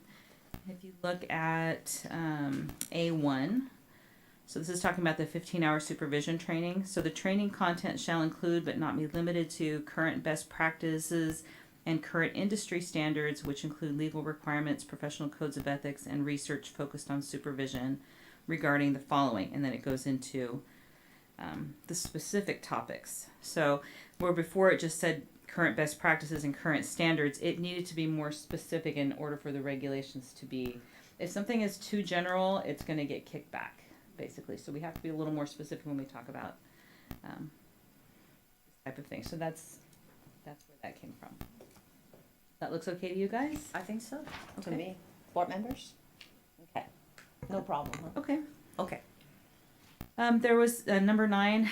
There's a section about the 6-hour supervision sort of refresher course, or it can be a course or it can be professional development activities, and it was a little bit unclear as to who had to take. Oh, I'm sorry. That's okay. So you have to have 15 hours of training to become a supervisor, but say you have a gap in supervising. You haven't supervised for years. Now you want to come back. Do you have to take a 15-hour course, or can you just take a 6-hour refresher course? So that's where this came in. It wasn't very clear who had to do what. So that was just clarifying. If you have previously served as a supervisor, but you haven't supervised in 2 years, you would need to take the 6-hour course. If it's any longer, it would be the longer course. Actually, I have a question with that. How do we check with the supervisor that, about that 2 years terms? We have them basically self-certified. Self-certified, right. Yeah, when it comes to supervisors, they're gonna do a lot of self-certifying. Unfortunately, we do check certain requirements when the experience verification forms come in. Okay, this was the supervisor. Let's check their license. Let's see if they've signed the supervisor responsibility statement, and that's where the supervisor certifies under penalty of perjury that they've met all these requirements. And what we have built into AB 93 is the ability to audit supervisors. So we can audit a certain number of people per year and ask for some of this kind of documentation. So. And at some point, when they send in the self-assessment, when we get a copy of that, there is a thought that we'll be building a database of supervisors. So that's where that would come in as well. I remember that. Yeah. Remember that discussion. Oh, it's all coming back. And now it's like, okay. All Yeah, right. Yeah, and we talked about all these things before. Yeah, it's been a while, that's for sure.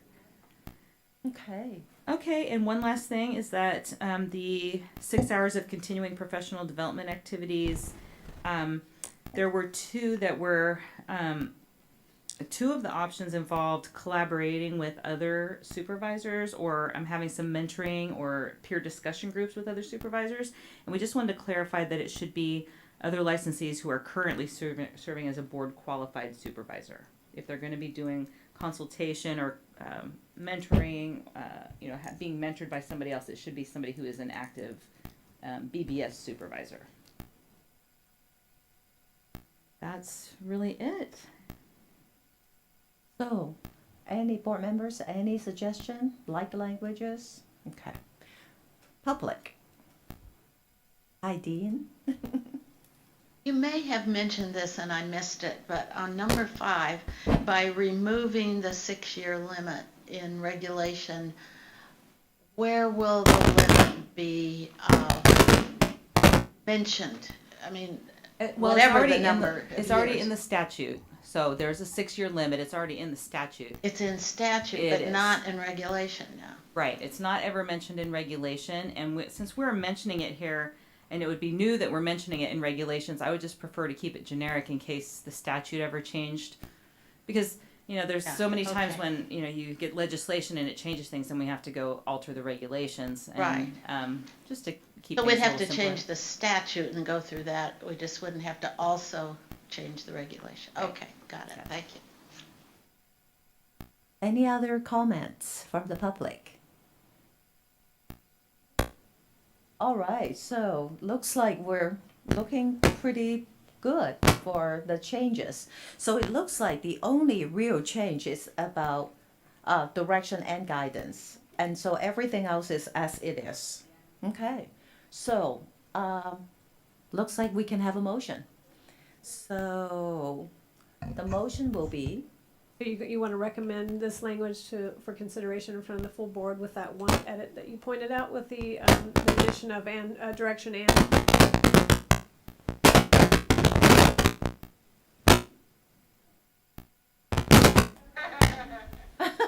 I think it's Recommending to the full board with the edits as discussed.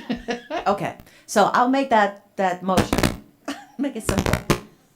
I think it's out there.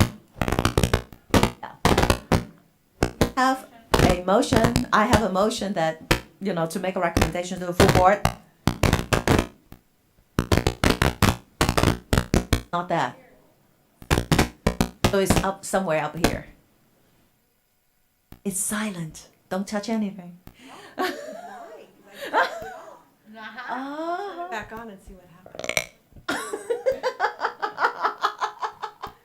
We're getting silly here. Okay, so I have a motion. Okay. Who's second? Christine or Betty? Betty. Okay. Any other public comments or discussion? Nope. Moving on. Not mine. Christina Wong? Yes. Betty Conley? Yes. Dr. Christine Whitlisbach? Yes. Motion carries. Thank you very much. And then the next one is the LMFT. So, Kirsty, any particular changes, or are we all about this? It's all the same.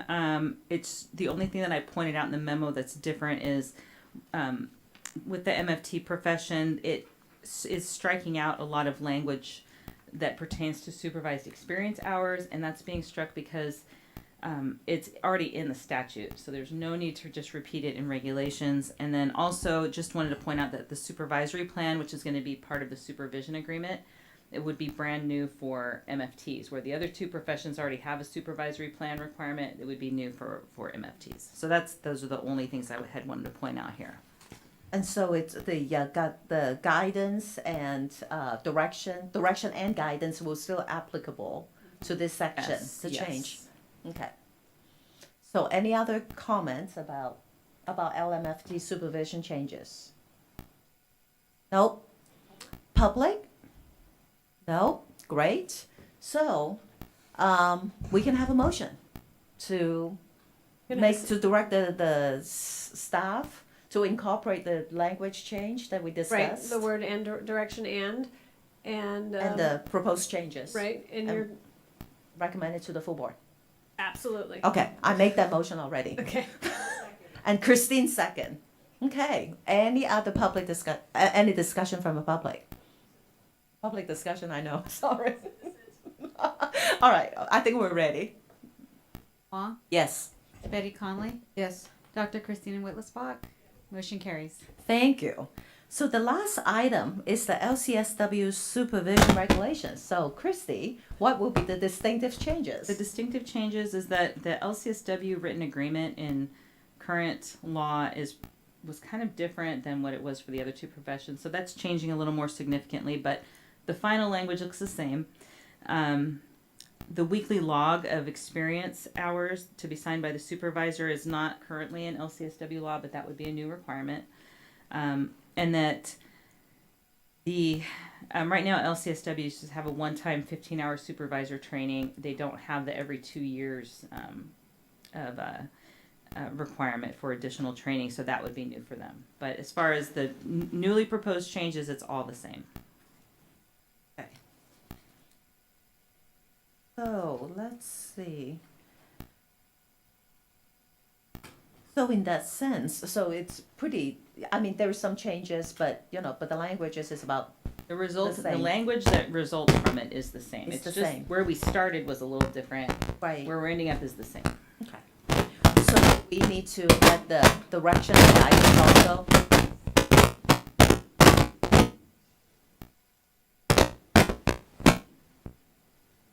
We're just very electrified. Yeah. Okay. So let's our board members, are we clear about the changes? Okay.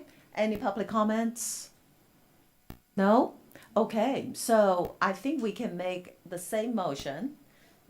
Okay, so it will be the same motion as the LMFT and the LPCC. Correct, with the addition of that direction and as well? And, yes, add that Guidance, yes. guidance and direction and guidance. Right, we're going to recommend it for the full board. For the full board. Okay, so that's my motion. I need a second. I'll second that. Patty said it. Second.